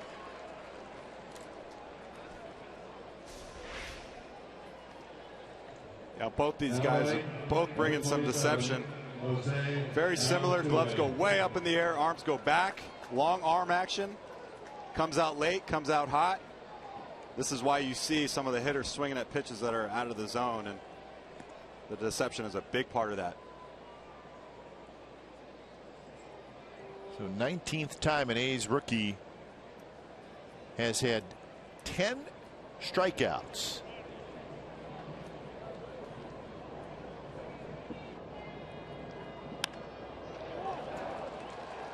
So Altuve reaches for it, pokes it into center field. First pitch, of course. Yep.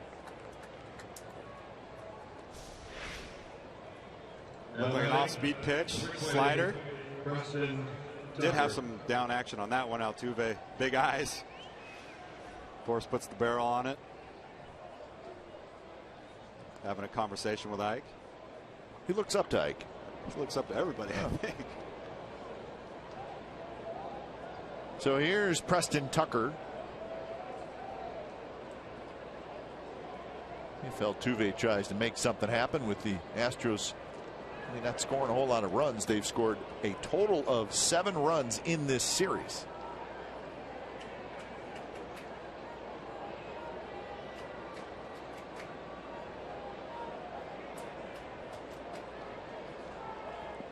AJ's got to be wondering, what do I got to do to get these guys playing on the road?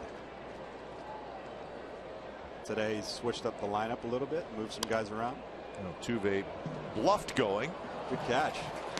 What a catch. Guy with the cow hat.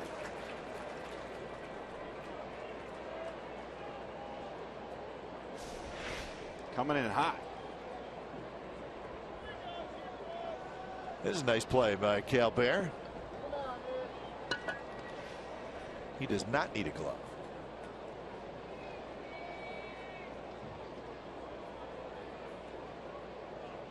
Altuve not going, and the ball's hit high and foul down the left field line. Well back into the seats, but may have had home run distance. Yeah, he's got good pop He the other does. way.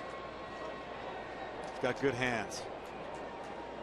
Good lower stability. Takes a pretty big hack, but it's somewhat under control.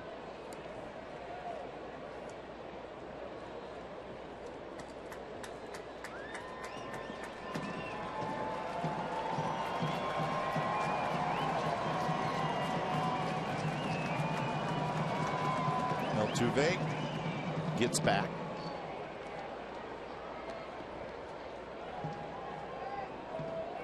Altuve with 30 steals on the year.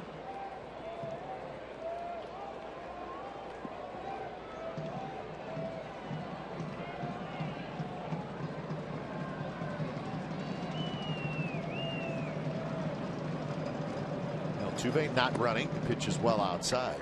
Preston Tucker went to the University of Florida. 7th round pick of these Astros not long ago, 2012. So just 3 years in the minor leagues and now in the big leagues. 3 full minor league seasons.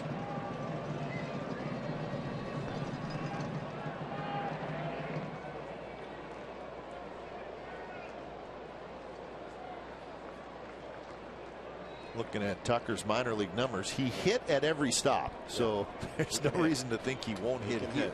He's got good hands.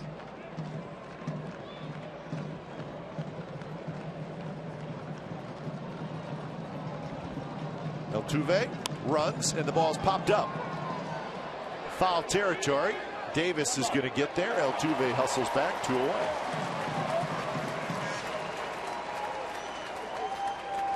So Tucker is 0 for 3. And now Carlos Correa will hit. Now batting, number 1, Carlos Correa.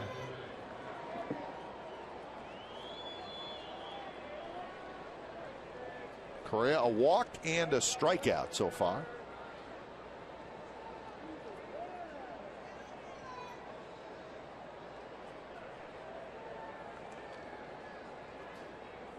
He is 3 for 11 in the series.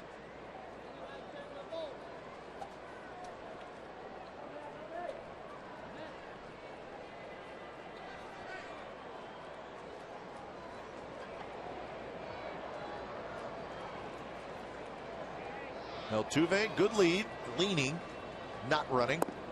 Fastball is low. Outfield shifted slightly toward right center. Crisp off the line and left.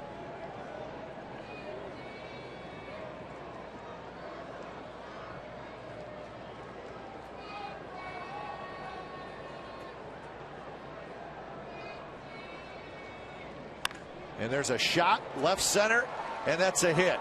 Altuve digging for third. Burns gets to it quickly. Correa's going to try for 2, and he is safe. Altuve's going to try to score, and he does. Throw is in the dirt. Fegley could not pick it clean, and Altuve scores all the way from first.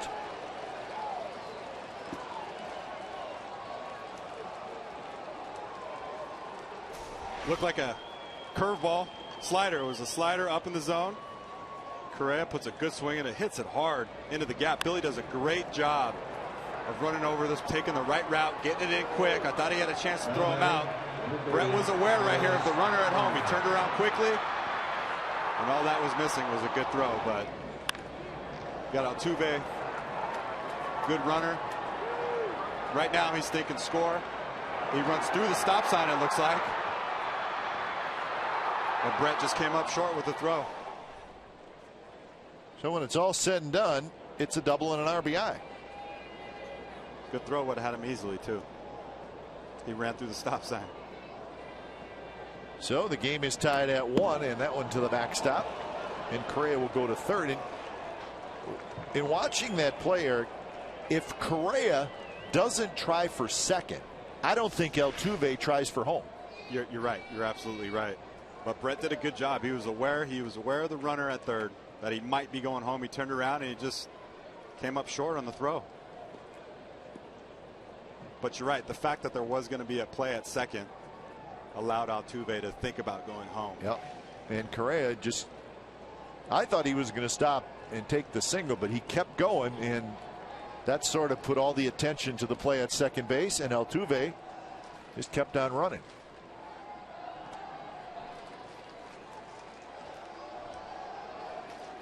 So Altuve went through the stop sign of the third base coach Gary Pettis, and it worked for the Astros. So that whole sequence right there is really the speed took over for the Astros. So now Abad starts to throw. 1-0 the count to Carlos Gomez. There's a strike. See, yeah, right out of the box, he was going for two. He knew it, and I was shocked. Billy got over the quick. He made a good throw. But you're right. Altuve doesn't run if there's not a play at second.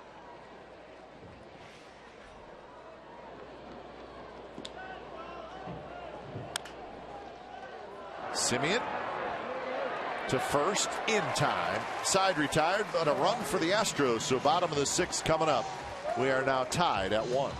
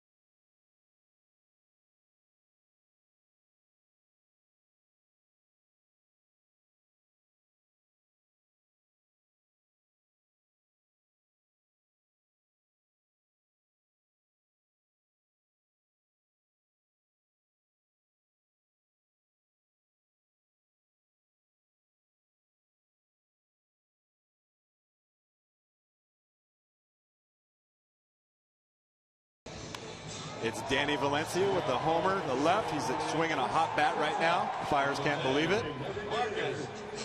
And Chris Bassett has been fantastic all day. He's had that good curveball working. He's got a career high in punches. He's got 10 of them, and he's looked really good. And just last inning, the double by Correa. Altuve running around, hustling from first, runs through the stop sign. Short throw to home. Tied ball game, 1-1. We'll find out what's possible with AT&T. Call 1-800-PICK-ATT, mobilizing your world. So bottom of the sixth, brand new ball game. So Mike Fiers will face Semien, Burns, and Crisp, and the first pitch is a strike. So Fiers will try for the shutdown inning. Semien popped out to the second baseman in the third inning. And now it's 0-2. Mariners leading the Rangers 4-2 in the seventh inning behind Felix Hernandez. Angels Orioles tied 4-4 in the seventh. The Angels probably keeping a close eye on this ball game here at the Coliseum. Altuve, Rasmus, and a tough son. Valbuena, the first baseman, acted like he never saw it, and I don't think he did. Put his hands up just for a minute. I don't think he wanted any part of it. No, I don't think he did either. Can't blame him. That was good communication right there. You saw that a couple innings ago where they almost had the collision, but both of these guys going a long way. Rasmus coming in for the catch.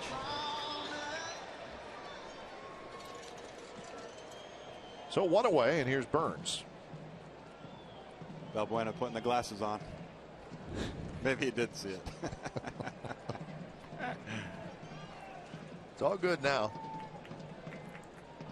As long as one of your teammates caught it, it's all good. That's right.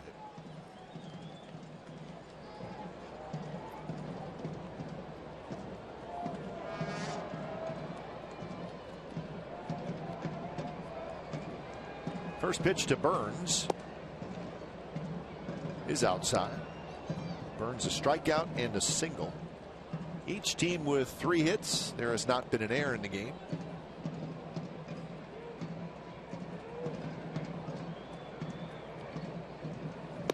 Swing and a miss. So the fastball at 89 miles an hour, but it looks like it's got a little more to it than 89. Yeah, that's because of that deception we've been talking about all game. And you look at that radar gun, it's not lighting it up, but that 89 is really coming out like 93.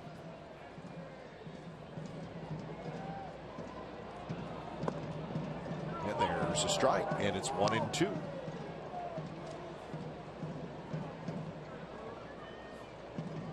Fires with a walk and 4 strikeouts so far.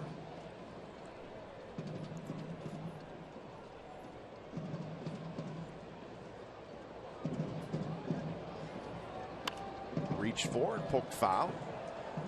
Guys that throw like this, we call these guys Iron Mike pitches. As they look like the pitching machine. They do, and there's not a whole lot of these guys that throw like that too. You know, down in Arizona, there's Josh Colmenter. Yeah. But it is a little distracting as a hitter.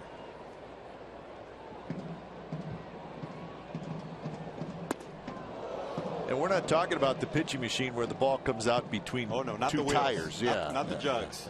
The Iron Mike, the arm. That big metal arm that scoops back, picks up the ball, and goes right over top. Those are the old school pitching machines. I used to wear that thing out here. Matter of fact, I was using it so much, the hitting coach went up there and broke the arm, so I couldn't use it. So no more Iron Mike, huh? That did not go over well with me. I won't bring up his name. All right. We could go back and figure it out if we wanted to, but straight over top.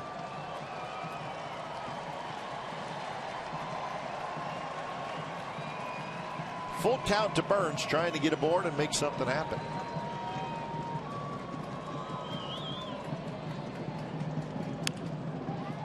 On the ground, scooped up by Correa. His throw is just in time, 2 away. I want to ask these guys with this delivery, at what age did they get on the mound and go, you know what, this feels pretty good. Yeah. I'm going to stick with this. You do not see a whole lot of guys do that. Colmenter maybe more than anybody is straight over the top. Absolutely. You know, you think of Jim Palmer, guys who been great pitchers, Juan Marichal straight over top. Yeah. You don't see that very often anymore. No, you don't. Barry Zito was straight over the top. A little bit, yeah, a little bit.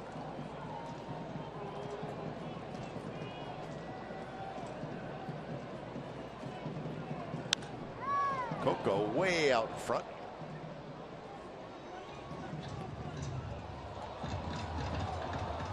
Coco a strikeout and then a line drive to Lowry, the third baseman.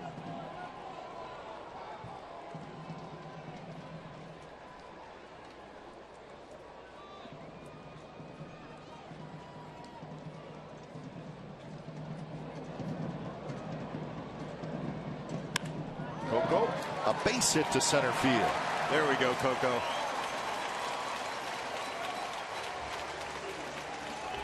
Can breathe a little bit, take a deep breath, and let's get to work now for the rest of the season. So first hit of the series for Coco. It's a good swing. Remember, when you're struggling, think small. Think about singles. Think about not missing the pitch that you're looking for. It's a good swing.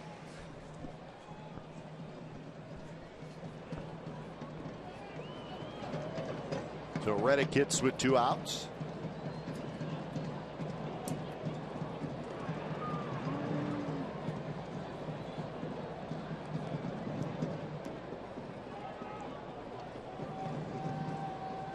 Reddick is grounded out to first. He is grounded out to second.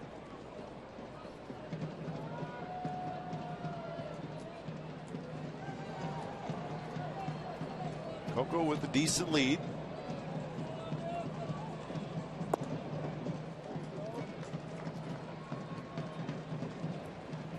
His hottest hitter, Valencia, is in the on-deck circle.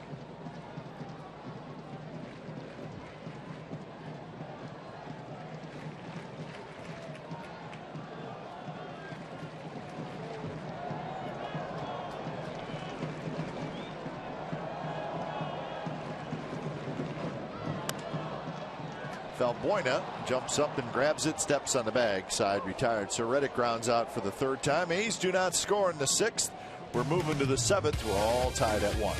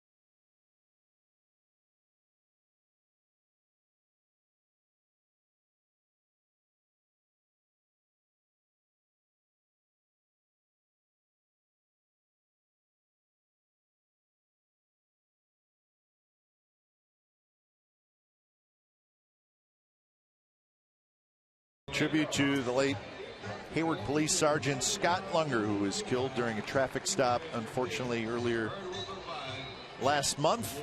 That's his father, Paul, who threw out the first pitch to Paul's favorite player, Ricky Henderson. His daughters, Ashton and Sarah Lynn, were there. And he played on the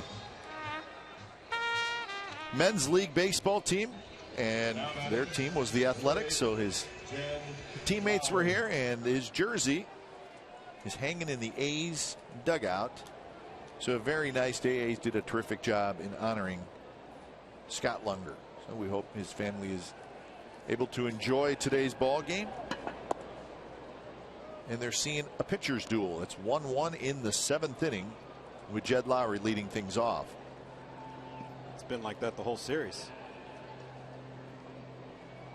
It's one of Scott's daughters sitting right near the A's dugout. So 1-1 to Lowry, Rasmus to follow, and then Valbuena in the 7th.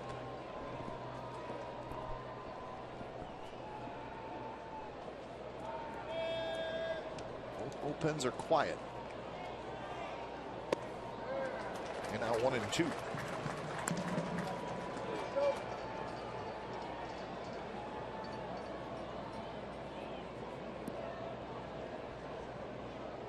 Lowry has hit a fly ball to left field and a fly ball to right field.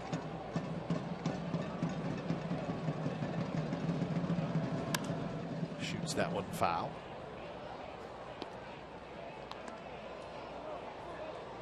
Chris has got to get a little bit better on his command on his glove side of the plate. When he goes in, he usually misses way in. And that pitch right there leaked over the outside part of the plate, started middle, and Josh was setting up in, so needs to work on that a little bit. When hooked, just foul. And as a hitter too, you know if a pitcher can pitch inside, and that doesn't mean just throwing inside. That's being able to command strikes inside. And if you know as a hitter that he can't do that, you just spit on anything in. They're 1-2, and it's roll foul again.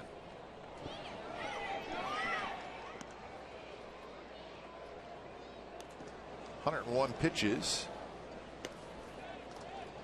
Bassett. So now there is action up. Abad and Rodriguez starting to get loose.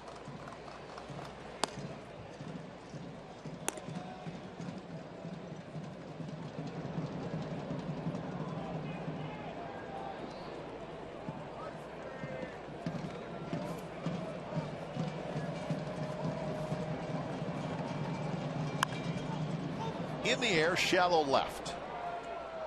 Crisp is under it, and that's the first out. This inning's a big test for Chris. You want to see a young guy finish off.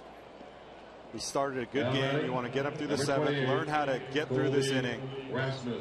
And if he does, he'll have an opportunity to get the W next inning. Season high is 104. That came in his last start, which was Tuesday against the Orioles. About to throw pitch number 103.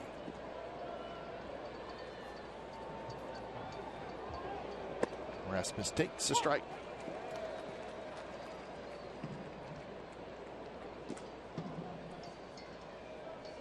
Double and a strikeout for Colby Rasmus.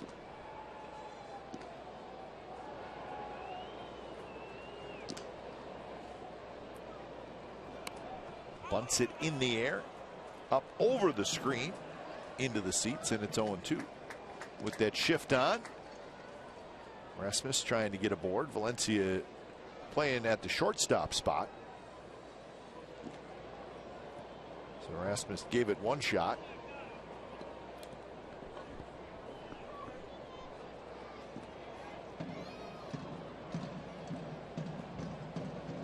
Bassett ahead in the count, 0-2. And that is fair. Knocked down by Davis. Picks it up. Flips to Bassett for the second out. It's a hard hit ball. Davis stayed with it.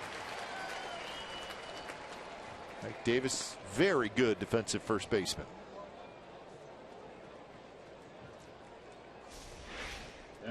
Goes back to that curveball, hits it hard. One of the few times that Astros hitter has put a good swing on that curveball, and Ike knocks it down, gives Chris a good feed. Easily could have been a double, but Ike somewhat playing no doubles.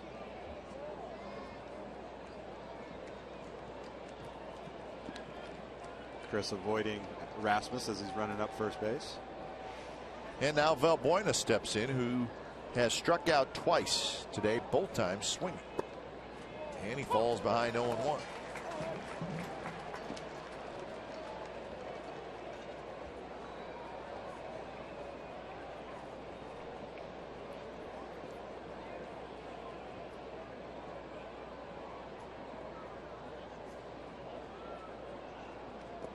Curve rolls away from Fegley.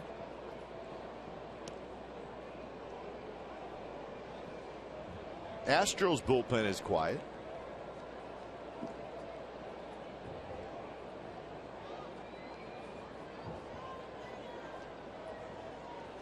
Valbuena, lots of power.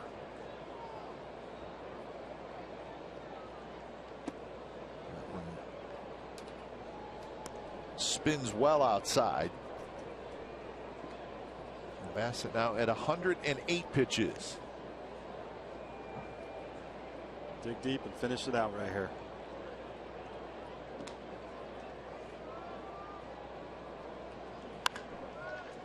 Hard hit ball, but foul down the first baseline. So the count even at 2-2.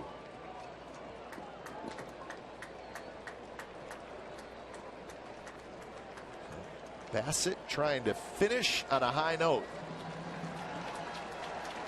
Crowd knows it.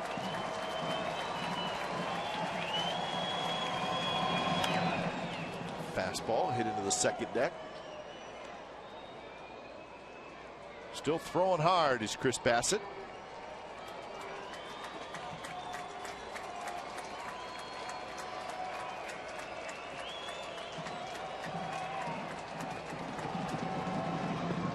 Curve and a pretty good take by Valbuena. He watched that one drop low. Was that 2-2 curveball? And you're right, Valbuena picked it up early, and he might have been looking for that pitch. 3-2 delivery, went to a curve again, and Valbuena watched it drop low, and he's got a 2-out walk. So second walk, and that's going to be it for Bassett as Bob Melvin makes the walk to the mound. Chris Carter is the scheduled hitter. So Fernando Rodriguez coming in when it's time for Change Think Speedy Oil Change and Tune-Up. Your oil change, tune-up, and brake experts. Nice ovation for Chris Bassett. Another very fine performance.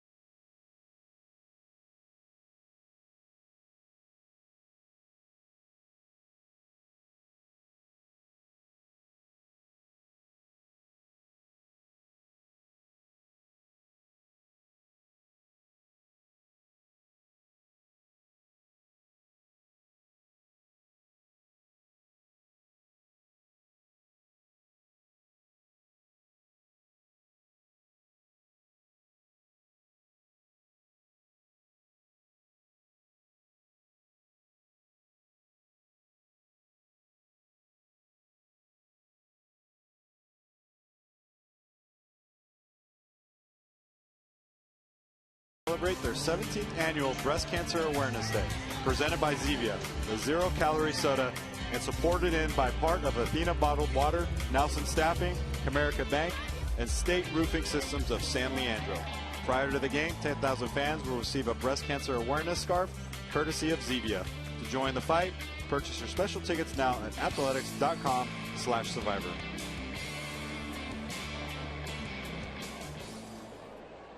So runner at first, 2 outs, and Rodriguez in to face Chris Carter. First pitch is outside. Carter, a fly ball to center and a strikeout.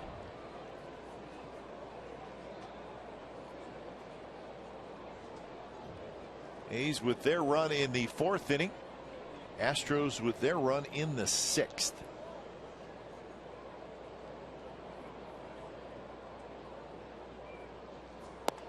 Outside, and now it's 2-0 to Carter. Fernando gave up that big home run the other night to Correa in the 8th inning, and let's see if he can bounce back from that. You got to shake it off and come back ready to rock and fire.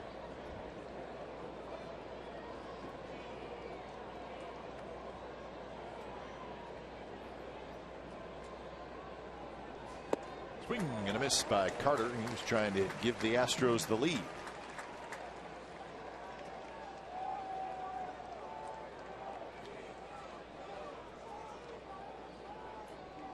So Big Chris steps out, now steps back in. Outfield is deep.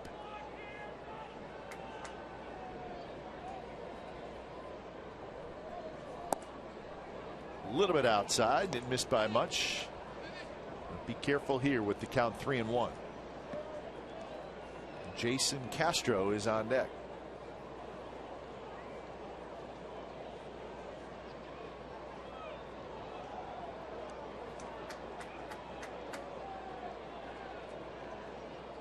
Valbuena, the runner at first. And that one misses outside, and it's back-to-back walks here in the 7th inning, so a little 2-out rally for the Stros. So Castro steps up. A's do have a bod ready out in the bullpen. Number 15, Jason Castro. But it's not just a manager thinking, well, a bod versus Castro. You have to think, well, if I bring a bod in, Castro probably won't hit. Who would? Well, you got Gaddis, you got Marisnick as a couple of right-handed hitters. So Marisnick was the one I was thinking of. They could throw Conger behind the plate. So you have to decide which matchup you would rather have.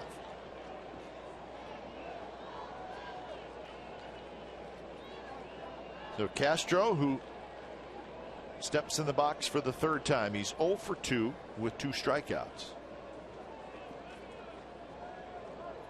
1 for 9 in the series.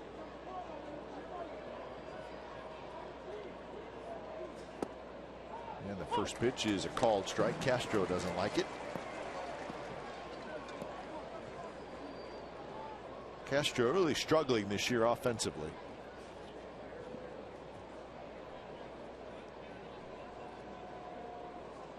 His average down to 217.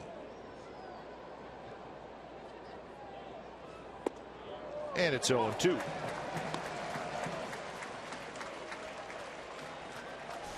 Good curveball by Fernando right there. He went fastball away.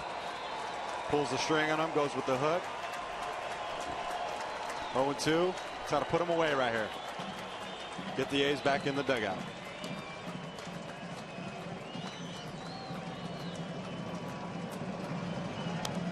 Foul back on a fastball. Came right at him with 93 miles an hour.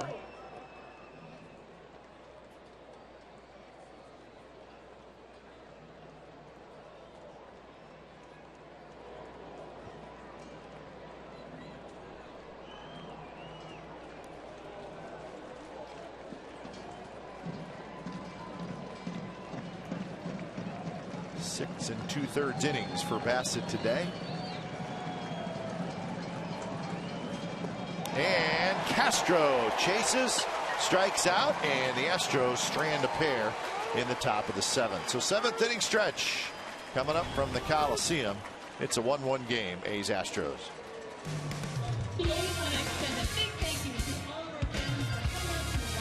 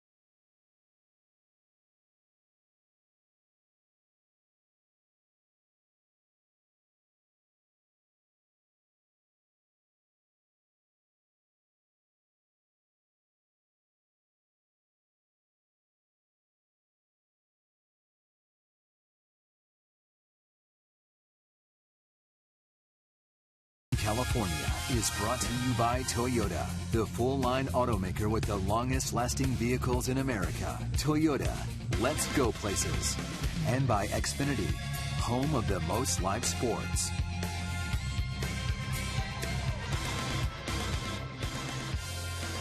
So it's a 1-1 game, bottom of the 7th, as the A's wrapping up their longest homestand of the year, 11 games.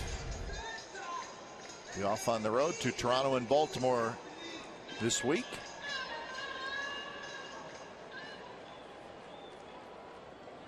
Trying to win the series over the Astros. So Mike Fiers back to work. He's thrown 86 pitches through 6 innings, giving up just 4 hits. So it's Valencia, Vogt, and Laurie to hit for the Athletics. First pitch is in for a strike. Orioles and the Angels still tied 4-4. That game in the 8th inning.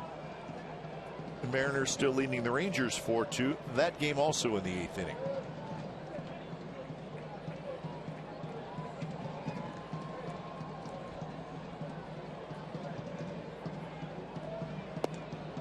Good pitch, and it's 0-2. Valencia didn't think so. Outside corner, says Pat Holberg. That's Oliver Perez, the newest Astro, the lefty, and Harris, the righty.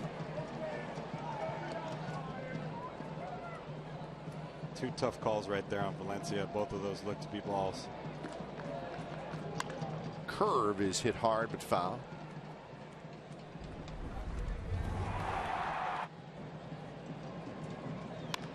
Danny gets that fastball up. Got the nice little leg kick, gets the foot down. Swinging a hot bat, puts the A's on the board first. It's the only run of the game for them.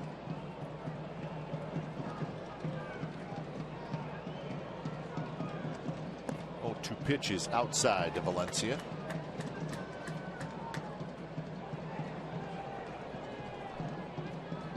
Billy Butler not in the lineup in today's game.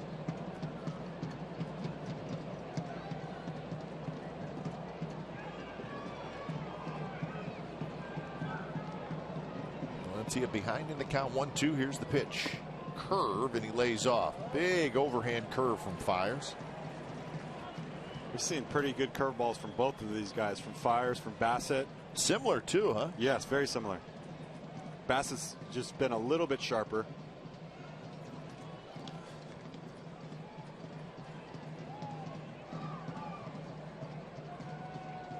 Castro sets up outside. The ball's hit right up the middle, but the shift was on. Altuve's playing right there, and Valencia is retired. Well, you hit it, and you're thinking that's right up the middle, but no. The shift. Gets Valencia there. So that'll bring up Vogt.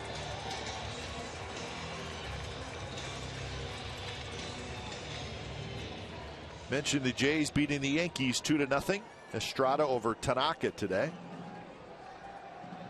Batista homered his 26th. Donaldson homered his 31st.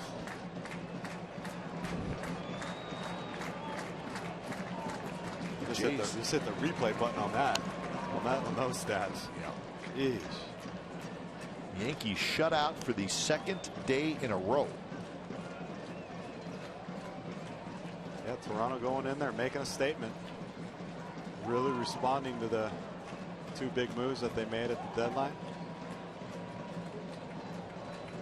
I kind of think the Astros had hoped for that type of response too, but it hasn't yet clicked for them. More work for Altuve. So Altuve scoops it up, throws to first, and that's the 2nd out. So when the A's are in Toronto, now batting second baseman, the Yankees will be in Cleveland.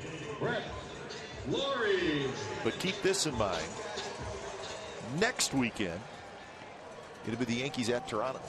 Ooh. So after the A's leave, the Yankees will come in for a 3-game series. So. Oh, and they hit better at home, by the way. Yeah, exactly. So that should be quite a scene. Maybe the A's can put them in a little funk when they go out there. First pitch to Lawrie. Hit hard, fair down the 3rd base line. Tucker kicks it around a little bit. Lawrie with a big turn. He'll stop at second, and it's a 2-out double.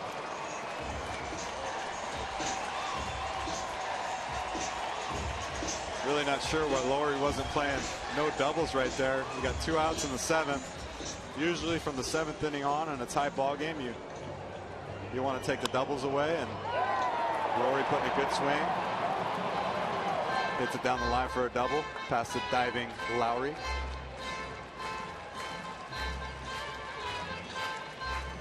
Just past him. So 95 pitches for Mike Fiers, and that is going to be it. So Fiers, I think it's kind of like Bassett, 1 out away from getting through 7 innings. Could not quite do it. So when it's time for change, think Speedy Oil Change and Tune Up, your oil change tune-up and brake experts.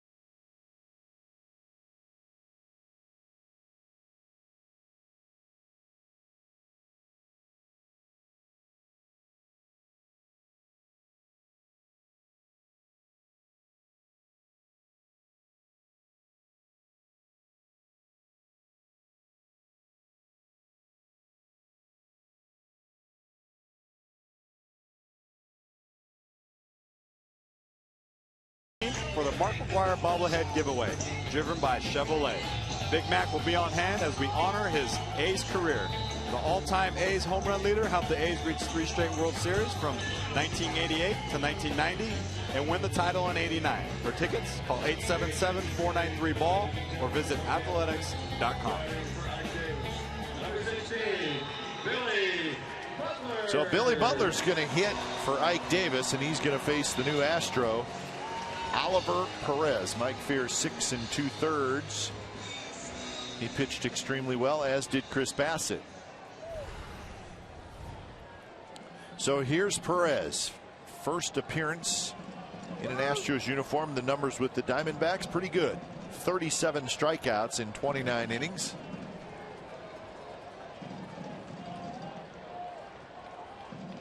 And the first pitch, and Butler had a good swing and a fastball fouled it straight back.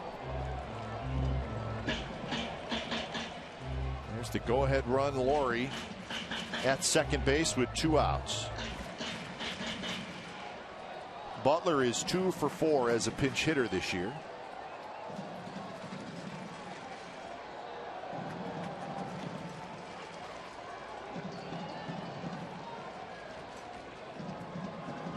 Inside, you can see where Perez would certainly be a tough at bat against a left-handed Very tough hitter.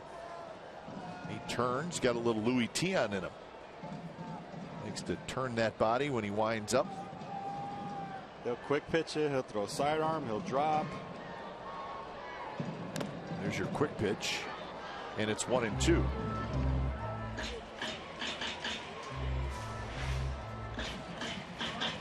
Yeah, the pitch before he turned around, did the Louis Tiant. This one he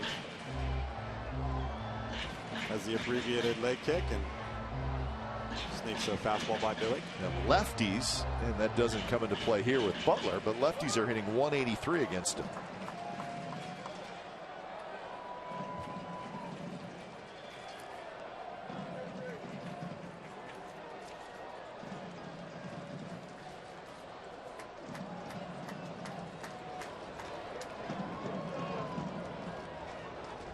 One-two pitch, just a bit outside. Butler's only had 1 at bat in his career against Oliver Perez. Here is that Louis Tiant, and he says he doesn't know what he's going to do until he picks up that front leg. Kind of makes it up as he goes along, whatever he feels like.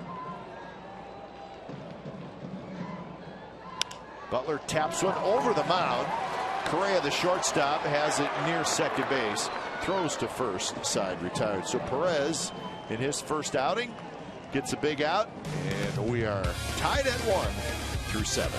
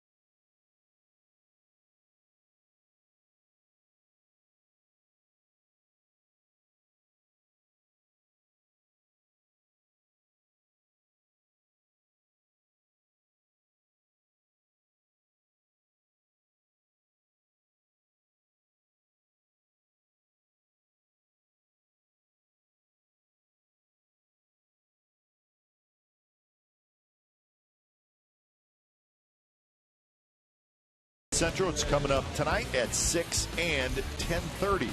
And it's on our sister station, Comcast Sportsnet Bay Area. A's and Astros, all the highlights. Latest from Raiders camp and 49ers camp, and full baseball highlights on a full schedule. Kelly Johnson and Henry Wolford will host.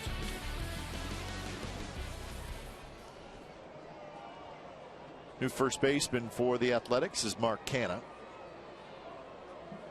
Fernando Rodriguez stays on the mound, and he's going to face the top of this Astros order here in the top of the 8th.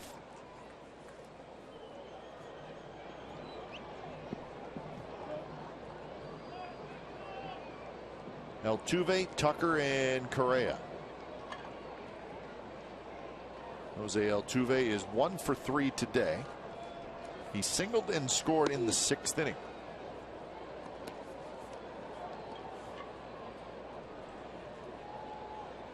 He is 7 for 17 in the series.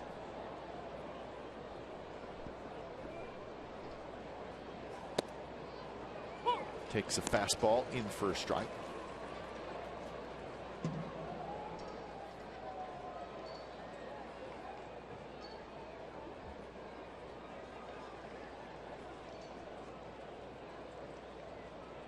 Rodriguez in the 7th inning, a walk and a strikeout. Altuve steps out, but it looked like time was called by Fegley, the catcher.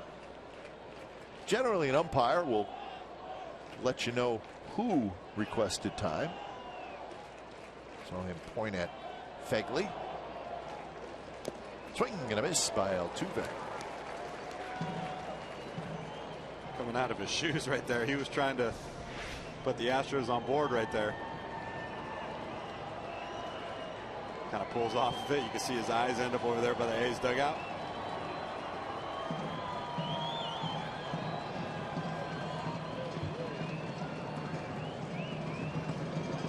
Altuve stands quite a ways off the plate.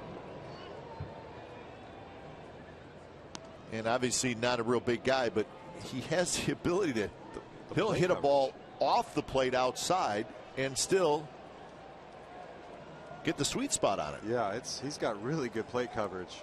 And you're right, he does stand kind of far away from the box, and he's got his front foot a little bit towards home, but he kind of glides towards home plate a little bit too, diving in a little bit. But he does some weird things up there, but it's effective. Yep. You know, he's very aggressive. He swings at a lot of pitches. He likes the pull balls.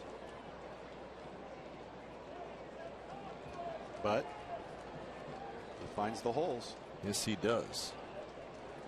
And in his home ballpark, if you pull a ball some, you will hit some home runs. Yeah, he's a right-handed hitter. Yeah, you get rewarded there.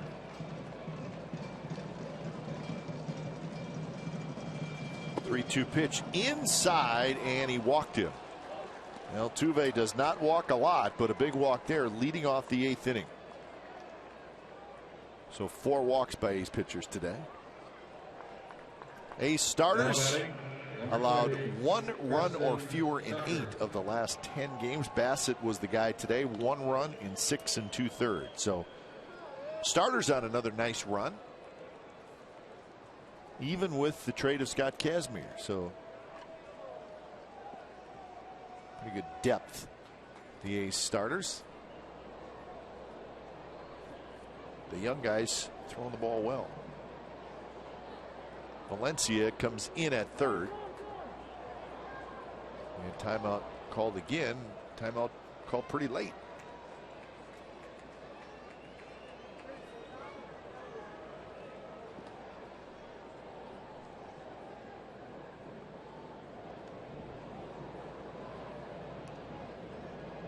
Tucker has struck out twice and fouled out, so he's 0 for 3. Neshek and Harris throwing. Tucker not bunting, pitches up and away. Indians beat the Twins today 8-1. Kluber got his 7th win. He had a no-hitter into the 7th inning. Ends up getting a complete game with 10 strikeouts. He beat Phil Hughes. So the struggles for the Twins continue. They have lost 7 out of 8.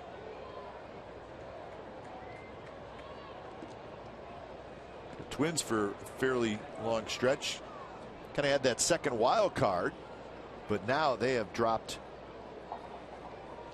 down past about 3 other teams, and they're now 4 games out of that second wild card spot. So the Twins really struggling. Kansas City has that division wrapped up. Yeah, they now have an 11.5 game lead now, the Royals, with their 5-4 win over the White Sox today. That's a sweep for Kansas City. You know, Minnesota was a nice story, a little bit like, there he goes, Altuve. Throw to second base is there, and it got him. Perfect throw by Fegley. And Altuve knew it. He hopped up, headed right back to the dugout. What a throw by Fegley. He put it right on the button. And you've talked about his defense all day today, and he can block some balls. He's got a good arm. He gets a good pitch to throw right here. Quick release. Throws a strike to Marcus. Gets the speedy Altuve. Well, it wasn't a pitch out, but he was able to get his body going in that direction like you would with a pitch out, and what a throw.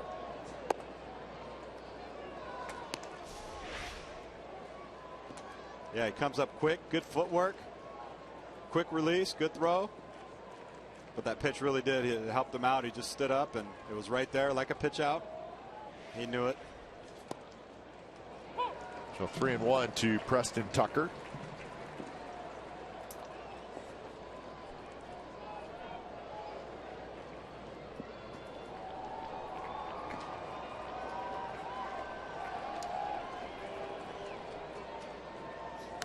Tucker with a big swing on 3-1, and full count now with Correa in the on-deck circle.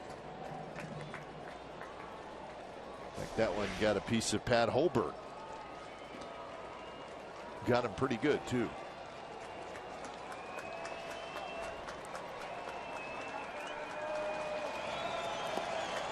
So Scribner starts to get loose for the A's. 2 righties still throwing for the Astros. 3-2 pitch, fastball swing and a miss. He struck him out. 94 miles an hour, 2 outs. Yeah, he's been a little effectively wild. He comes back with a 3-2 heater. He's got a good arm, live arm, 93 miles an hour. Tucker just swings right through it. Good job of challenging him right there. A's pitchers now with 12 strikeouts on the day.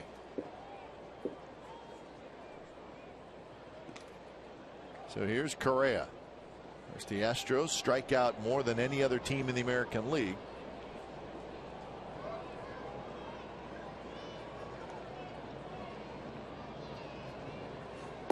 Curveball drops low. Be careful here. Don't forget what happened on Thursday night. Yeah, and it was a fastball up. Correa didn't miss it. Big home run, eighth inning, late in the ball game, gives them the lead. Fernando knew it right away.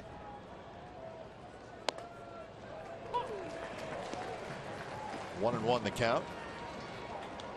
Correa with an RBI double in the 6th inning, knocked in the only run for the Astros.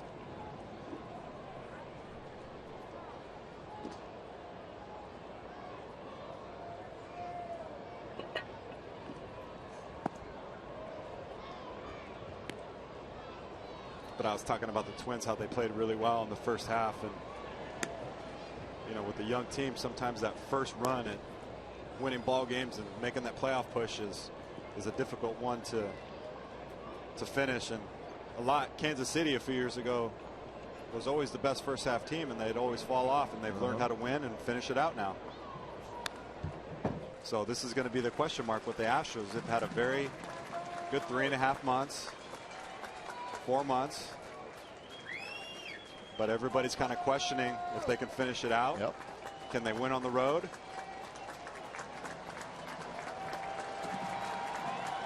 Well, they've answered all the questions so far, but the toughest question will be the next 7 weeks of baseball. 2-2 pitch, grounded up the middle. Lowry's got it. Side retired. So good inning for Rodriguez. Gets a little help from Josh Fegley, his catcher. Bottom of the 8th coming up. Fegley will lead it off. It's a tie game.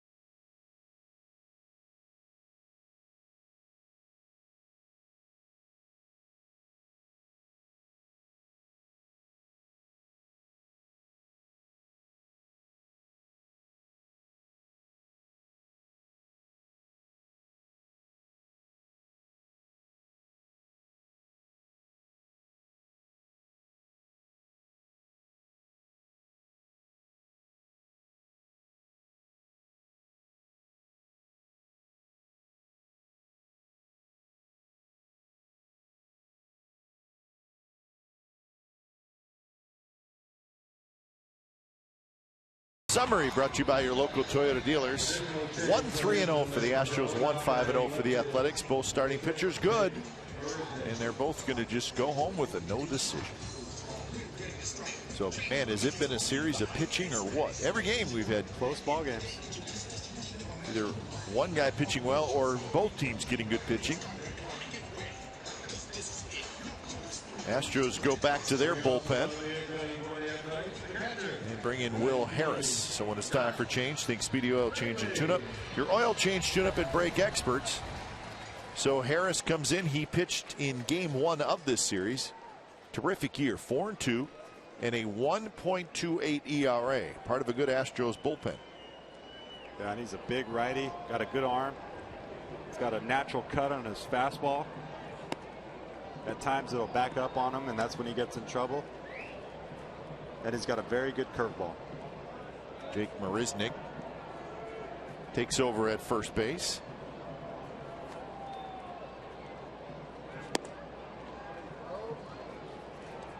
So 2-0 to Fegley.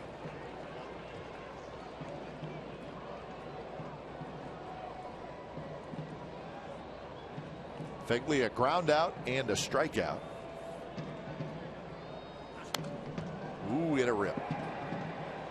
Get yourself in a hitter's count and then get a fastball. And he did. He got it. It was up a little bit. Josh put a good swing on it. Just missed a homer his last at bat on a changeup down the left field line.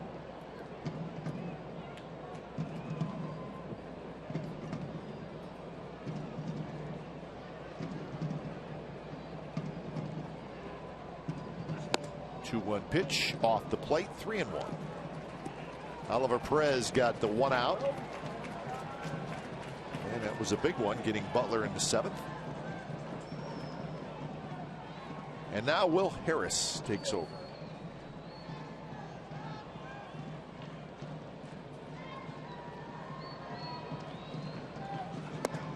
And he walked in. How about that? Leadoff walk.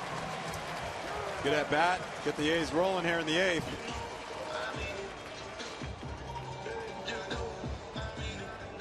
Now batting, So Simeon steps in. Number 10, Marcus Simeon.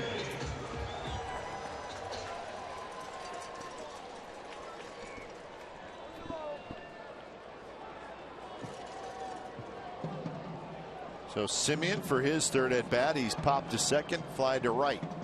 Would he bunt here? I don't think so. Let's see.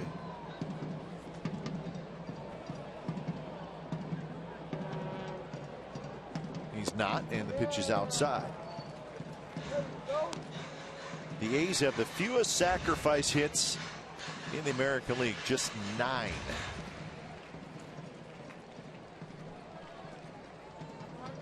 Yeah, we know the philosophy behind that. They don't like to give away outs.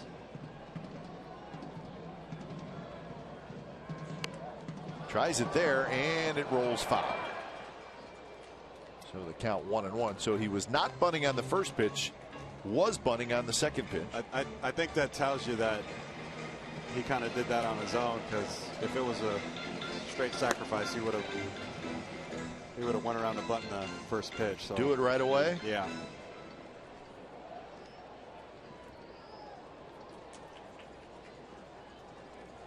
Burns to follow. Lowry, a couple steps in on the grass, ready to charge. Not bunting, and it's popped up. Boyna's coming over, and it's into the seats.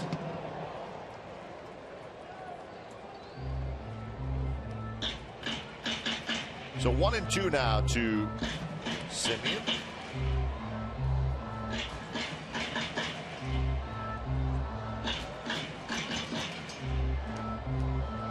There's a few reasons why I didn't like Marcus Button in that situation. We got Josh on first, not a good runner, and it'd have to be a good bunt for him to advance. And Simeon swings a good bat. He's got power. He can hit it out of the park, and good things can happen. Slices this one to right. That'll get down on the corner. Rasmus with the backhand. Fegley will go to third, and the A's are in business here in the bottom of the 8th inning. First and third, nobody out.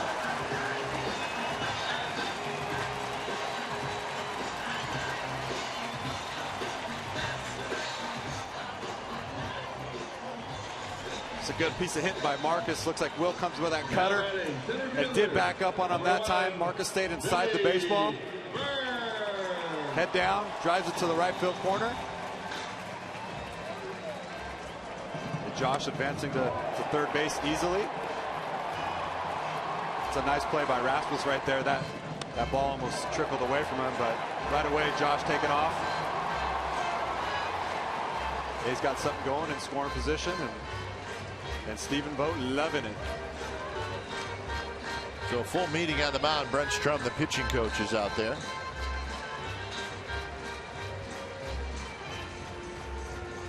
So Burns is the hitter. I would think they're going to play infield in because you're not going to double him up. They're going to try to cut off the run at home plate.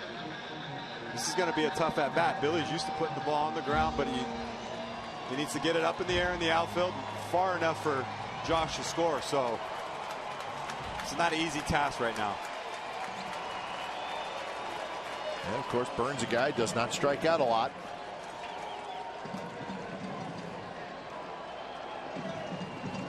Everybody in on the infield. First pitch, base hit left field. A's lead. So Burns on the first pitch slaps it to left, and it's 2-1 Athletics as Fegley trots in to score. Why wait around? He got a pitch out over the plate, and a big hit for the A's comes from Burns. Yeah, Will does that cutter again, and it backs up again. Billy aggressive as he's been pretty much the whole year, and he's had success doing it. Comes up with a big hit right here, RBI. Scores Josh easily. A's have first and second. They've still got some. They got some momentum going now.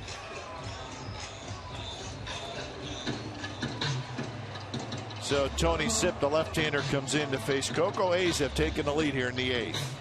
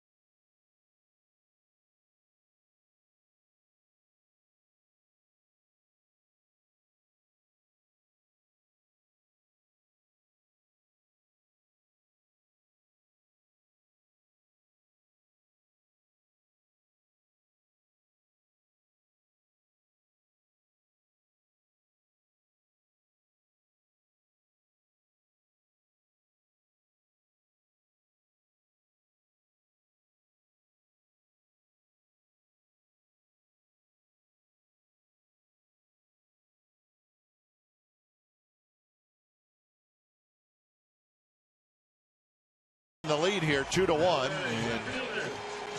and Will Harris faces three hitters, and he doesn't get anybody out. The A's will take it. So Sipp comes in first and second, nobody out. And this could be a bunt situation. You got all the right people on the bases. You got speed. You got Coco, who's a good bunter. He's got speed. He can get a hit. The only thing is Josh is a lefty on deck, and you wonder if Bob wants to let Coco take a couple swings at Sipp. Because certainly with the lead at this point, you're not going to pinch hit for one of your best defensive players in Reddick.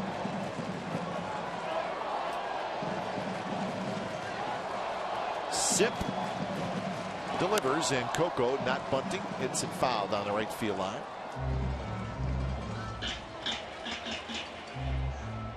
Yeah, you wouldn't pitch hit for Reddick anyway because it's just there's two more lefties, Sam Fold and Eric Sogard. Yeah, you don't even have a right-handed hitter. Canna's in the game. One in for Butler.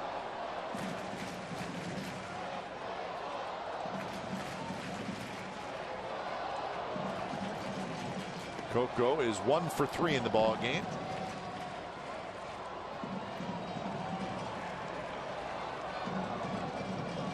This basically comes down to who do you want taking swings off a sip, the lefty? Coco, the switch hitter, or Josh?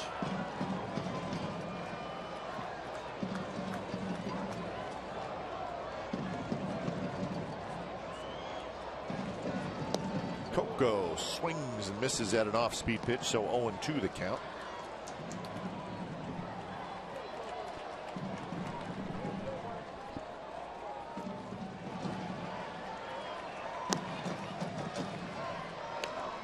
Pat Neshek, who was up last inning, so he does not need a whole lot of pitches to get loose. Probably getting loose if Valencia were to hit in this inning.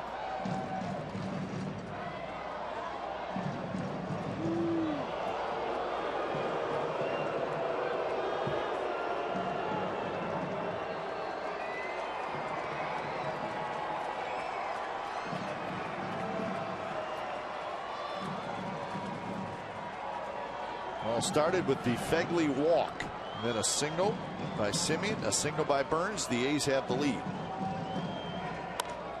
Coco popped it up. It's going to be the first baseman, Valbuena, although the infield fly rule was called. So 1 away.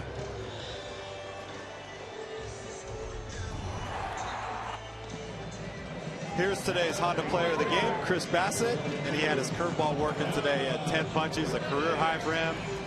Just an outstanding start. Had the good start last week, 7 innings, with a good repeat performance.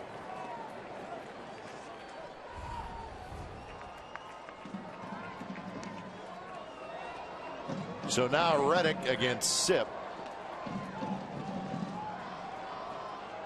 Reddick has grounded out 3 times.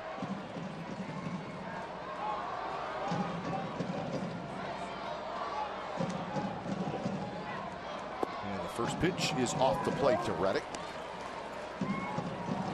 Mariners beat the Rangers 4-2. Just went final. Felix Hernandez got his 14th win. He went 7 innings. So the Mariners take 2 out of 3 from the Rangers, who went in to Seattle a hot team.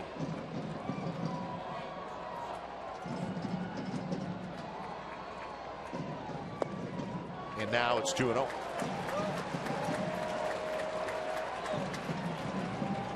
Orioles and the Angels are into extra innings, 4-4 in the 10th. All games with playoff implications. A's have done a nice job late in the ballgame against this good Houston Astros bullpen, showing that they are a little bit vulnerable. Reddick, fair down the third base line. Simeon will score. Here comes Burns. They'll hold him at third. Reddick with a double, and it's 3-1.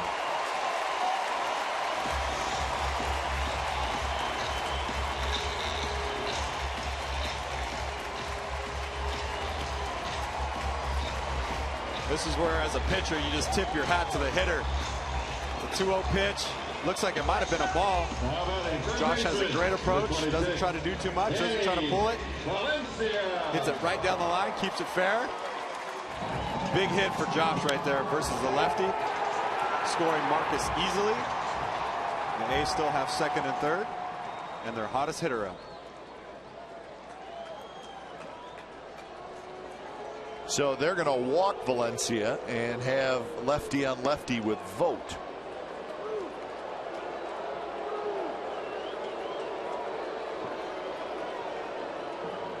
Still only 1 out, so Stephen Vogt has a chance to break it open just a little bit.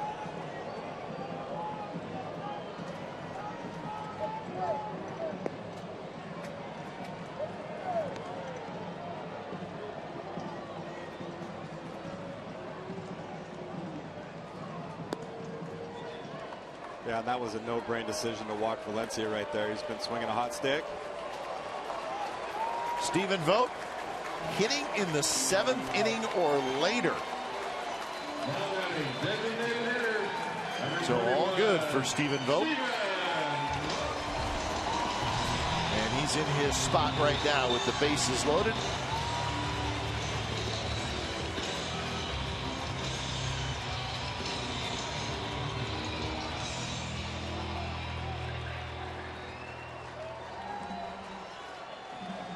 Burns at third, Reddick at second, Valencia at first.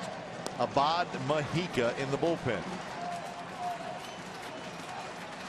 A's have scored twice here in the 8th.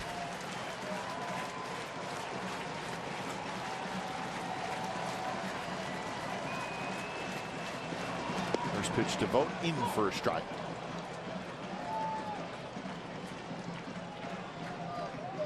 Vogt today a walk, a single, and a ground out. He's got a couple of grand slams in his career. If the ground ball is hit to the right side with the shift, this is going to be a tough double play for them to turn. Kind of out of position for the double play. It would have to be Correa, who's playing to the right of second base. And he's one of the few athletic ones that could make it happen. But if that ball splits Altuve and Correa, yeah, there's really no place. There's not a player to cover second base.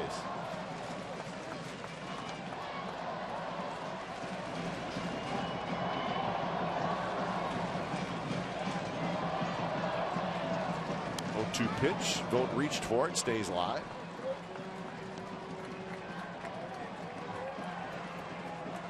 Three hits and 2 walks in the inning so far, and most important, a couple of runs.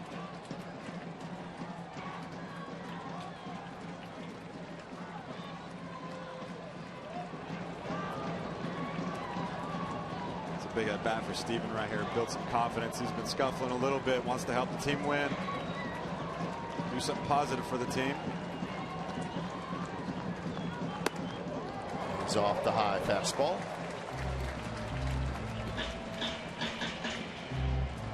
So the leadoff walk started it. It usually does.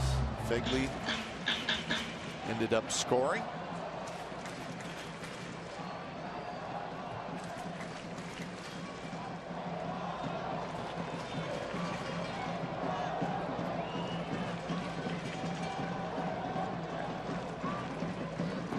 In the dirt, 2-2.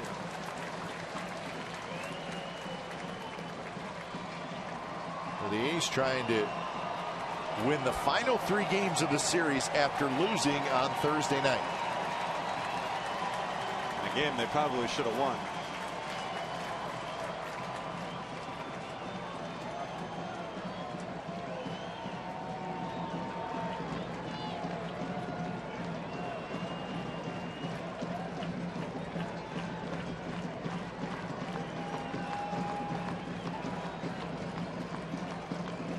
Swing and a miss. He got it. Stayed with a fastball. Looked like it ran in a little bit on Vogt. So Sip gets a big out there.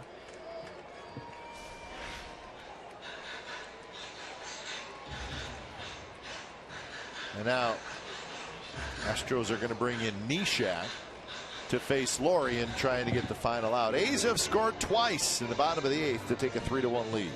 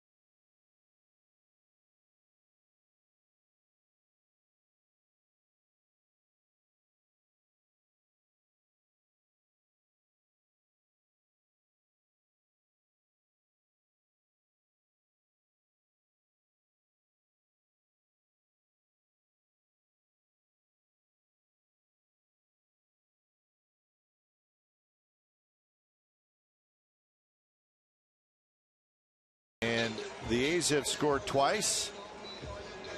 Astros just want to get back in the dugout. Neshek will face Laurie. Bases are loaded. So Pat Neshek, big offseason signing for the Astros, got a 2-year deal. 3-2, 2.85 ERA, lots of games. Appearance number 48 for Neshek.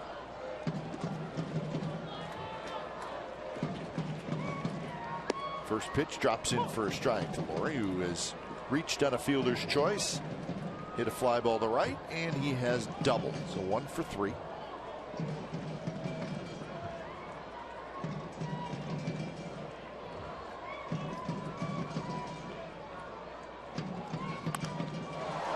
To left, shallow. Marisnick coming in. He's got it. Side retired.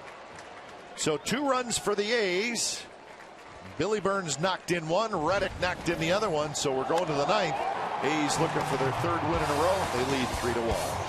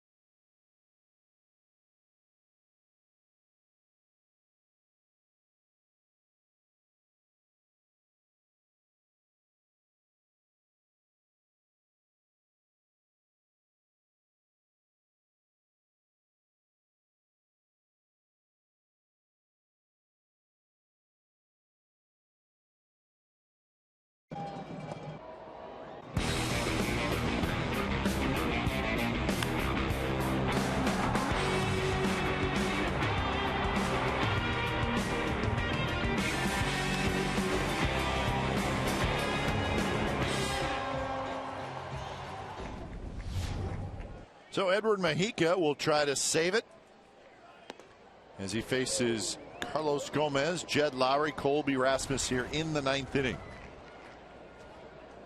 So when it's time for change, think Speedy Oil Change and Tune-Up, your oil change, tune-up, and brake experts. And that went off the end of the bat foul.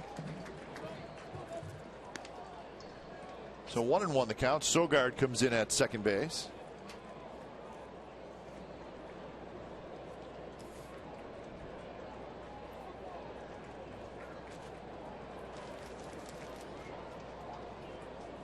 Oh for 3 for Carlos Gomez, and he hits one into left field for a base hit. So the Astros trying to answer back. They get leadoff man aboard.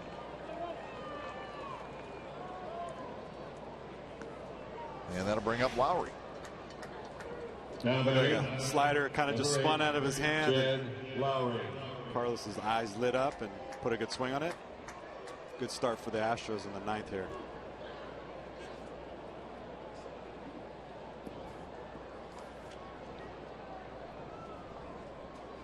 So here's Lowry, who has hit 3 fly balls today.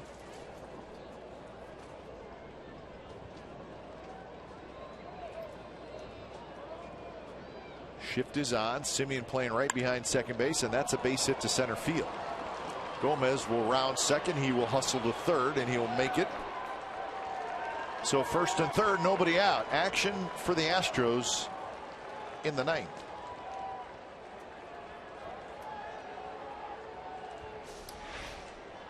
Yeah, he comes back with a fastball. Got way too much of the plate. Lowry puts a good swing. Gomez going first to third right away. Didn't even think about it.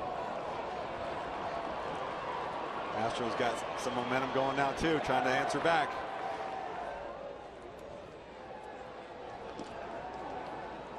So Rasmus is the hitter.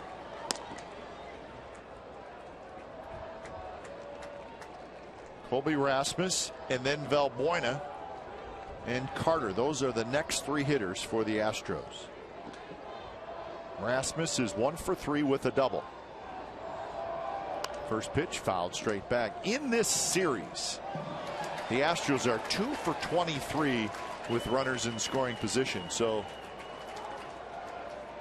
they have struggled to get the big hit. But making noise here in the top of the ninth inning.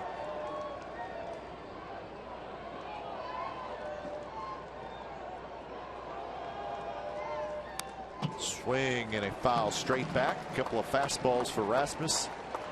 So that right there may have been the pitch he gets to hit, and he fouled it straight back. Yeah, Mojica notched his 50th save yesterday, so let's see if he can get number 51. Looking to get a ground ball double play right here, allowing the run to score.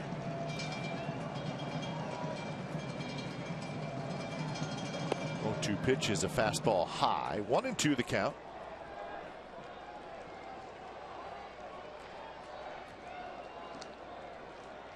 And the Astros had just 3 hits through the first 8 innings. But a couple to start here in the ninth.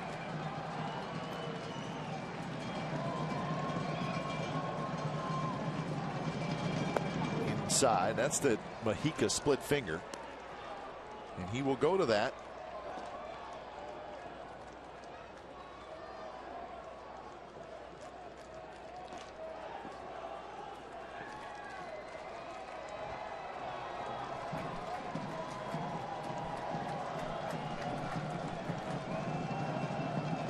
Two pitch high, and now we got a full count. Colby's had some pretty good looks at Mojica. He's got decent numbers against him, but he's laid off some of those pitches. Seems to be seeing the ball really good. He took a good swing, missed the fastball. See if Lowry's on the move. He's not, and the pitch is hit high and deep to right field. Reddick's back. He's at the wall, and the Astros have taken the lead. 3-run homer for Colby Rasmus, and that one hurts.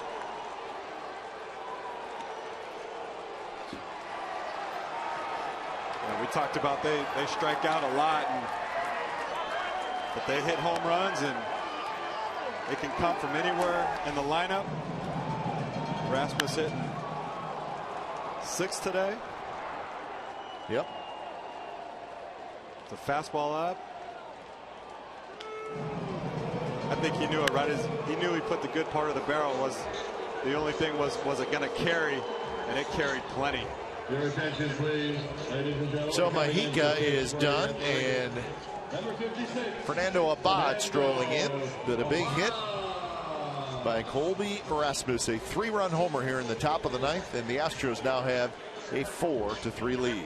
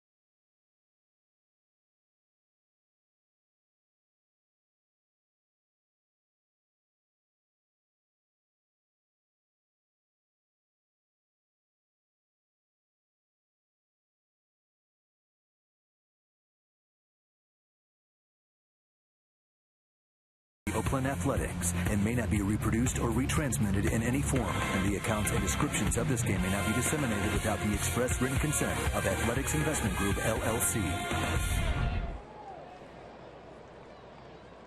So Colby Rasmus, the hero right now, a 3-run homer. And the Astros have a 4-3 lead. Happened quickly. Single homer. Marwin Gonzalez is going to pinch hit. He's hitting for Valbuena. Gonzalez is a switch hitter, so he'll face the new A's pitcher Fernando Abad.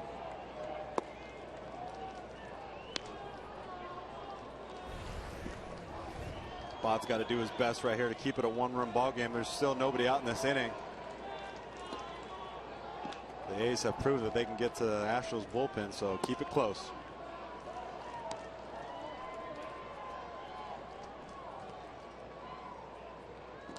Well, Gregerson loosened up for a little bit, and he'll probably wait till there's maybe an out or maybe 2 outs, and he'll finish up getting ready out there in the bullpen. He was throwing, and now he's sitting down.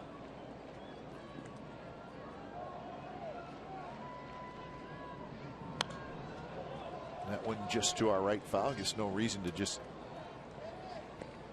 keep firing balls down there. You only need so many. Yeah, and his last outing, he really struggled with his command, that one-seam fastball that we were talking about, and really uncharacteristic for him. The A's were able to put a couple on the board and get him out of the game.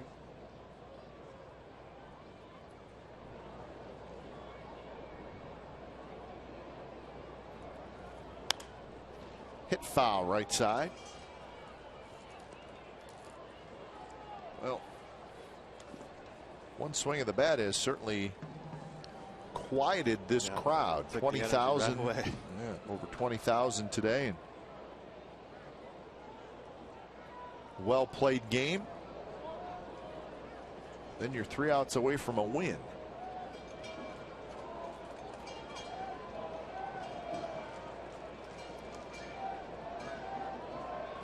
You know, too, Eric, you can always look back, and I know it's easy to do, and the game is over, and it's not over yet, but look back at that bottom of the 8th where you scored 2 runs, but you had the bases loaded and 1 out, and you could not add on any more runs. You're right. Coco backs up, and he makes the catch. Hard hit ball by Gonzalez, but 1 out. And you feel good because your team has taken the lead, and you hope that you don't look back and say another run would have been nice, but now you start thinking that way a little bit. Yeah, it's kind of been the issue for Bob and the A's pretty much the whole year. Who's going to pitch in the 8th and 9th? Yep. And, you know, obviously you lost Doolittle early, and Clippard was filling in. He was doing a good job, but his role is a setup man, and he's been traded. So Bob trying to find some answers for the end of his bullpen. And listen, if you're trying to find answers and you're over 100 games in, that's not good. No, it's not. It's got to be pretty frustrating for these players too, because they have played competitive baseball. They've been in games. This whole series, they've, you know, 1-run ball games, and that's where you'd like the bullpen to kind of come in and take over. And really, the difference why the Astros have been successful this year is the bullpen and defense. And it's why the A's have struggled. Strike called. 1-1 to Chris Carter.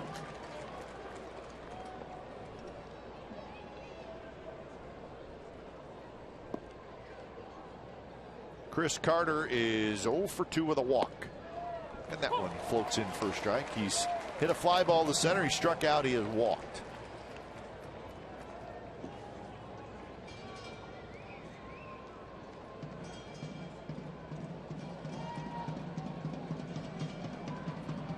Jason Castro will be next.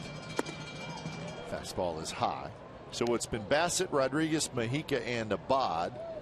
For the Astros, it's been Fiers, Perez, Harris, Sipp, Neshek, and certainly looks like it'll be Gregerson.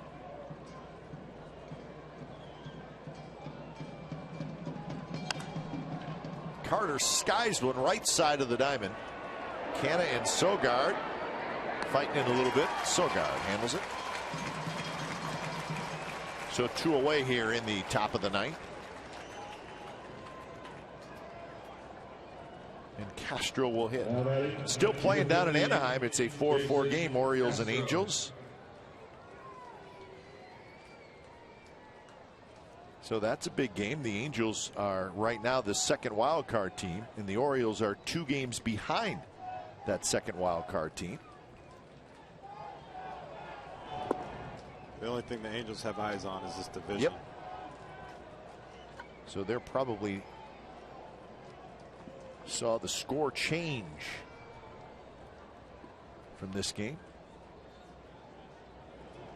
It really is one of the fun things about August and September. You do a little more scoreboard watching. Definitely. Did you scoreboard watch a little Yes. bit? Yeah. I like your honesty. More in September, though. It's a great thing about baseball. Got a whole bunch of other games to watch as well. So Valencia grabs it, but major damage done as Colby Rasmus hits a 3-run homer, and the Astros have a 4-3 lead as we head to the bottom of the 9th.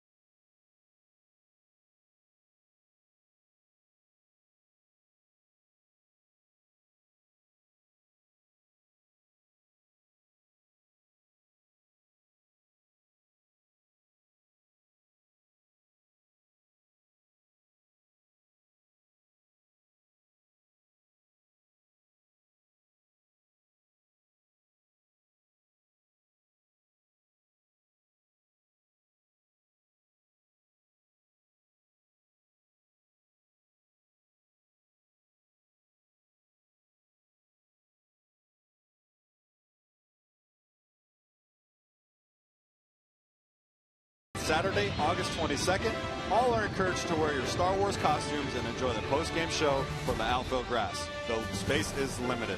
Purchase a special ticket package to receive an R2-D2 beanie. Visit athletics.com/Star Wars for more information. So see if the A's can have a little fun in the bottom of the 9th. They gave up the lead in the top of the 9th. Astros 4, A's 3. When it's time for change, think Speedy Oil Change and Tune-Up, your oil change, tune-up, and brake expert. So Gregerson comes in. He blew the save on Thursday night, but he ended up getting the win.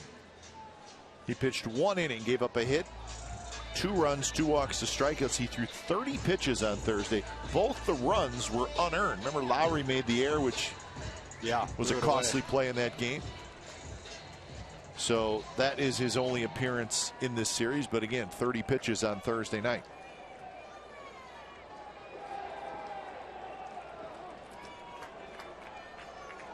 So Canada lead it off. First pitch drops in for a strike. So we've had a pair of 1-run games and a 2-run game so far in the series, and we're sitting at another 1-run game.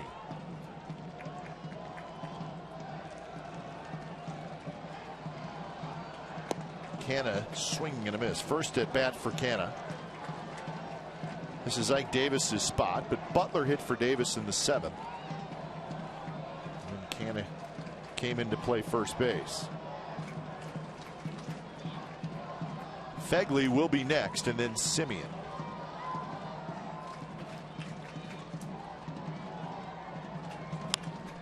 On the ground, Correa, the shortstop, scoops, fires, safe. Canna beat it. How about that?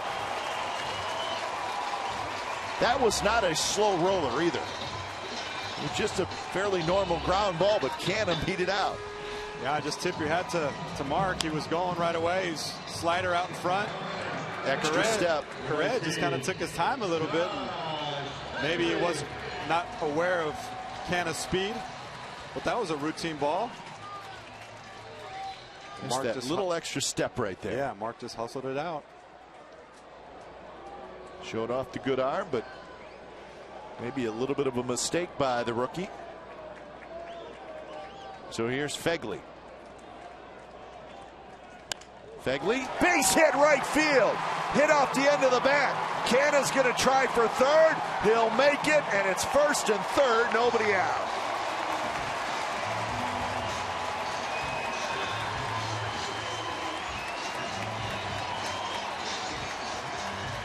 This is what you love about this A's team. I mean, they've been discouraged in tight ball games the whole year. They just gave up the lead the last inning after getting the lead. You got a hustle play by Canha. Good hitting by Fegley. They just don't quit. They come back positive. Play hard till the game's over. So here's Semien. Infield comes in. First pitch, strike, inside corner.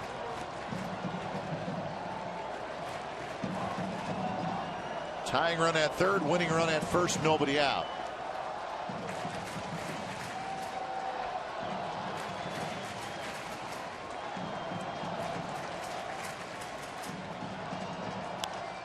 High and fouled on the right field line. Burns to follow. After Burns, Coco.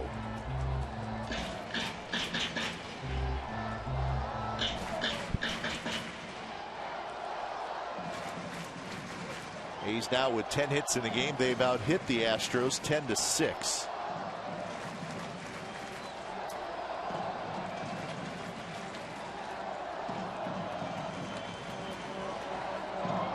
The 2-pitch blocked nicely by Castro. Two catchers who are very good at blocking balls in this game. Yeah, both the teams have catchers that work hard behind the dish, have good techniques. Nice job by Castro.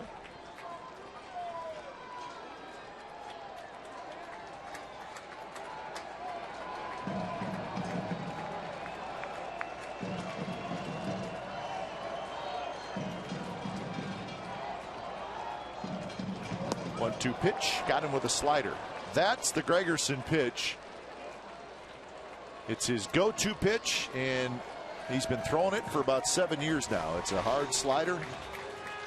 Yeah, and he put it in a real good spot. It ended up being a ball, but it looked really good coming out of the hand.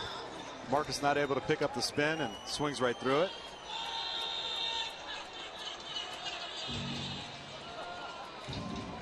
So A.J. Hinch comes out, wants to talk to all of his infielders, and this is where the speed of Billy Burns really comes into play, because I don't want to say you eliminate the possibility of a double play, but it's almost impossible to double up Billy Burns. So that means you got to keep the infield in.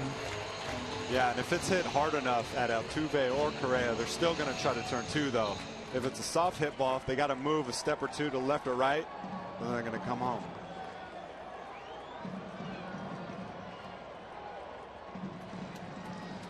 Burns is 2 for 4.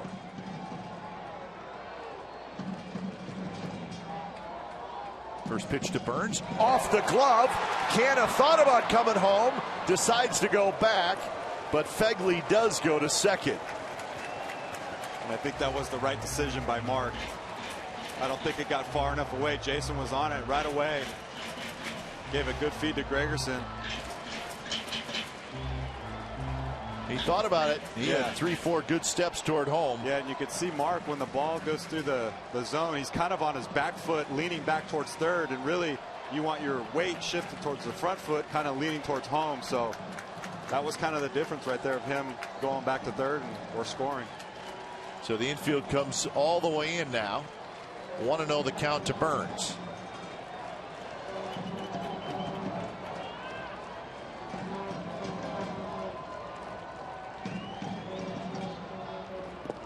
In the dirt, Castro backhands it, and it's 2-0. And you know what? I mean, there's a base open if you're Gregerson. I mean, you don't have to necessarily lay it in there to Burns.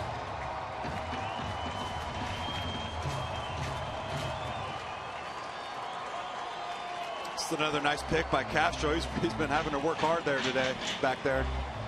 And you're right, they don't have to challenge Billy here. They can keep throwing that slider out of the zone, see if he'll chase. Take your chances with Coco.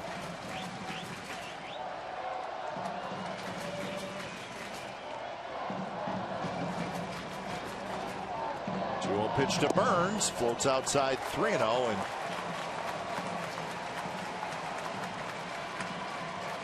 and he may just go after Coco.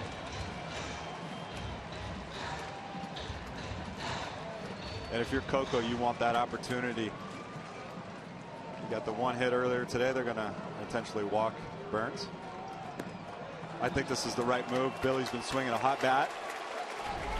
This was Thursday. Coco had a chance to win it. Burns tied it. Close play at first. Now that allowed the tying run to score. And then Coco thought maybe he had won it. Not quite. So we went to extra innings, and then unfortunately the Astros got a run and won the game. So Coco gets another shot to maybe walk off. 4-3 bases loaded, 1 out. Coco today is 1 for 4.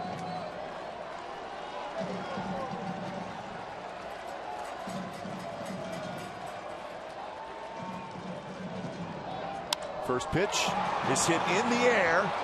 Marisnick sets up. Canna's coming home. No, he's not. He stops, hustles back, and almost went too far.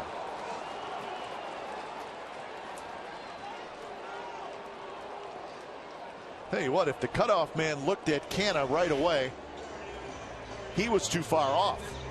Yeah, I think in that situation right there, that ball was hit, I think, deep enough to at least give it a shot. Make him make a play, make him make a good throw, and throw you out to end this game. And I think there's times where you got to take a chance, and I think that was one of them right there.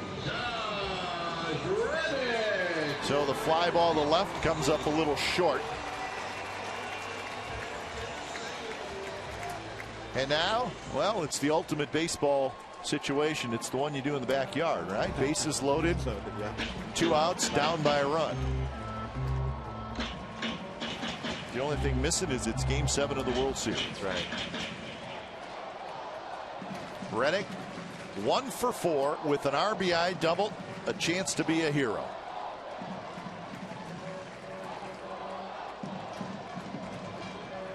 First pitch, sinker low. Canna's at third, Fegley at second, Burns at first. Josh had that good approach against Sip. Stay close, hit the ball the other way. Last time kept it down third base line for a double. Just keep that same approach and he'll do just fine right here. 1-0 pitch, and he chased low. And Gregerson's ball has so much movement on it. That one almost acts like a changeup, but it's not. It's just a sinking fastball. Yeah, that's that one seamer, and it actually acts like a split finger. It's got good dive action to it, and it's late. Looks good out of his hand. That's the pitch he had trouble controlling his last outing.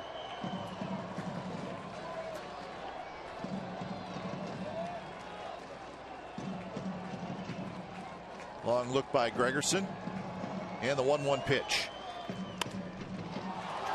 Off of Gregerson, and the ball game is tied. It went off Gregerson and rolled toward first base. There was no play to be made anywhere, and it's 4-4.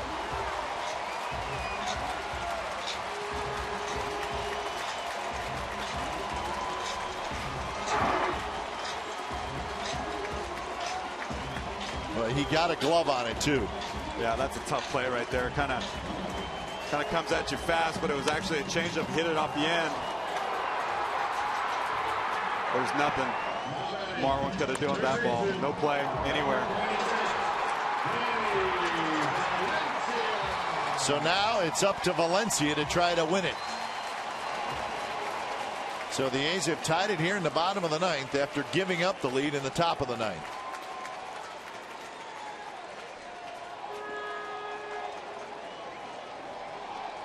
First pitch to Valencia, slider in for a strike. The Angels just walked off against the Orioles. Angels 5, Orioles 4. That's a final.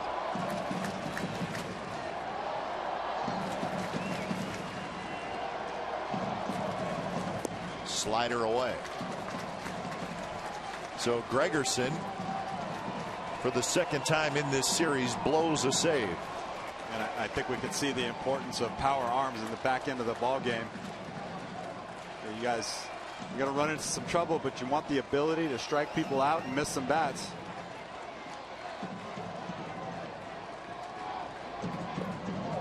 Castro digs it out. Fegley is your winning run at third. Yeah, just another pick by Castro. He's had a bunch of those all day today. Saves a run from coming home.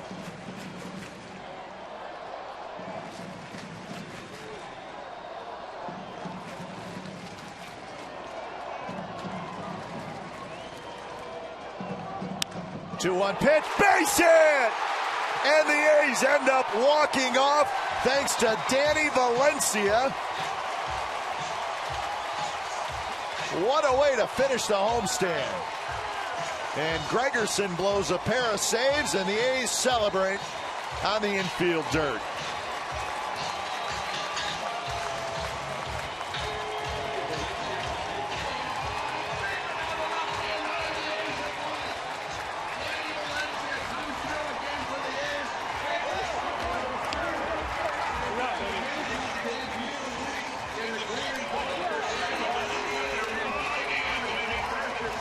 So Danny Valencia, a homer in the fourth, and a game-winning RBI single. And it was that slider that just hung a little bit, and I wouldn't be surprised if Valencia was looking for it. And that's the game winner.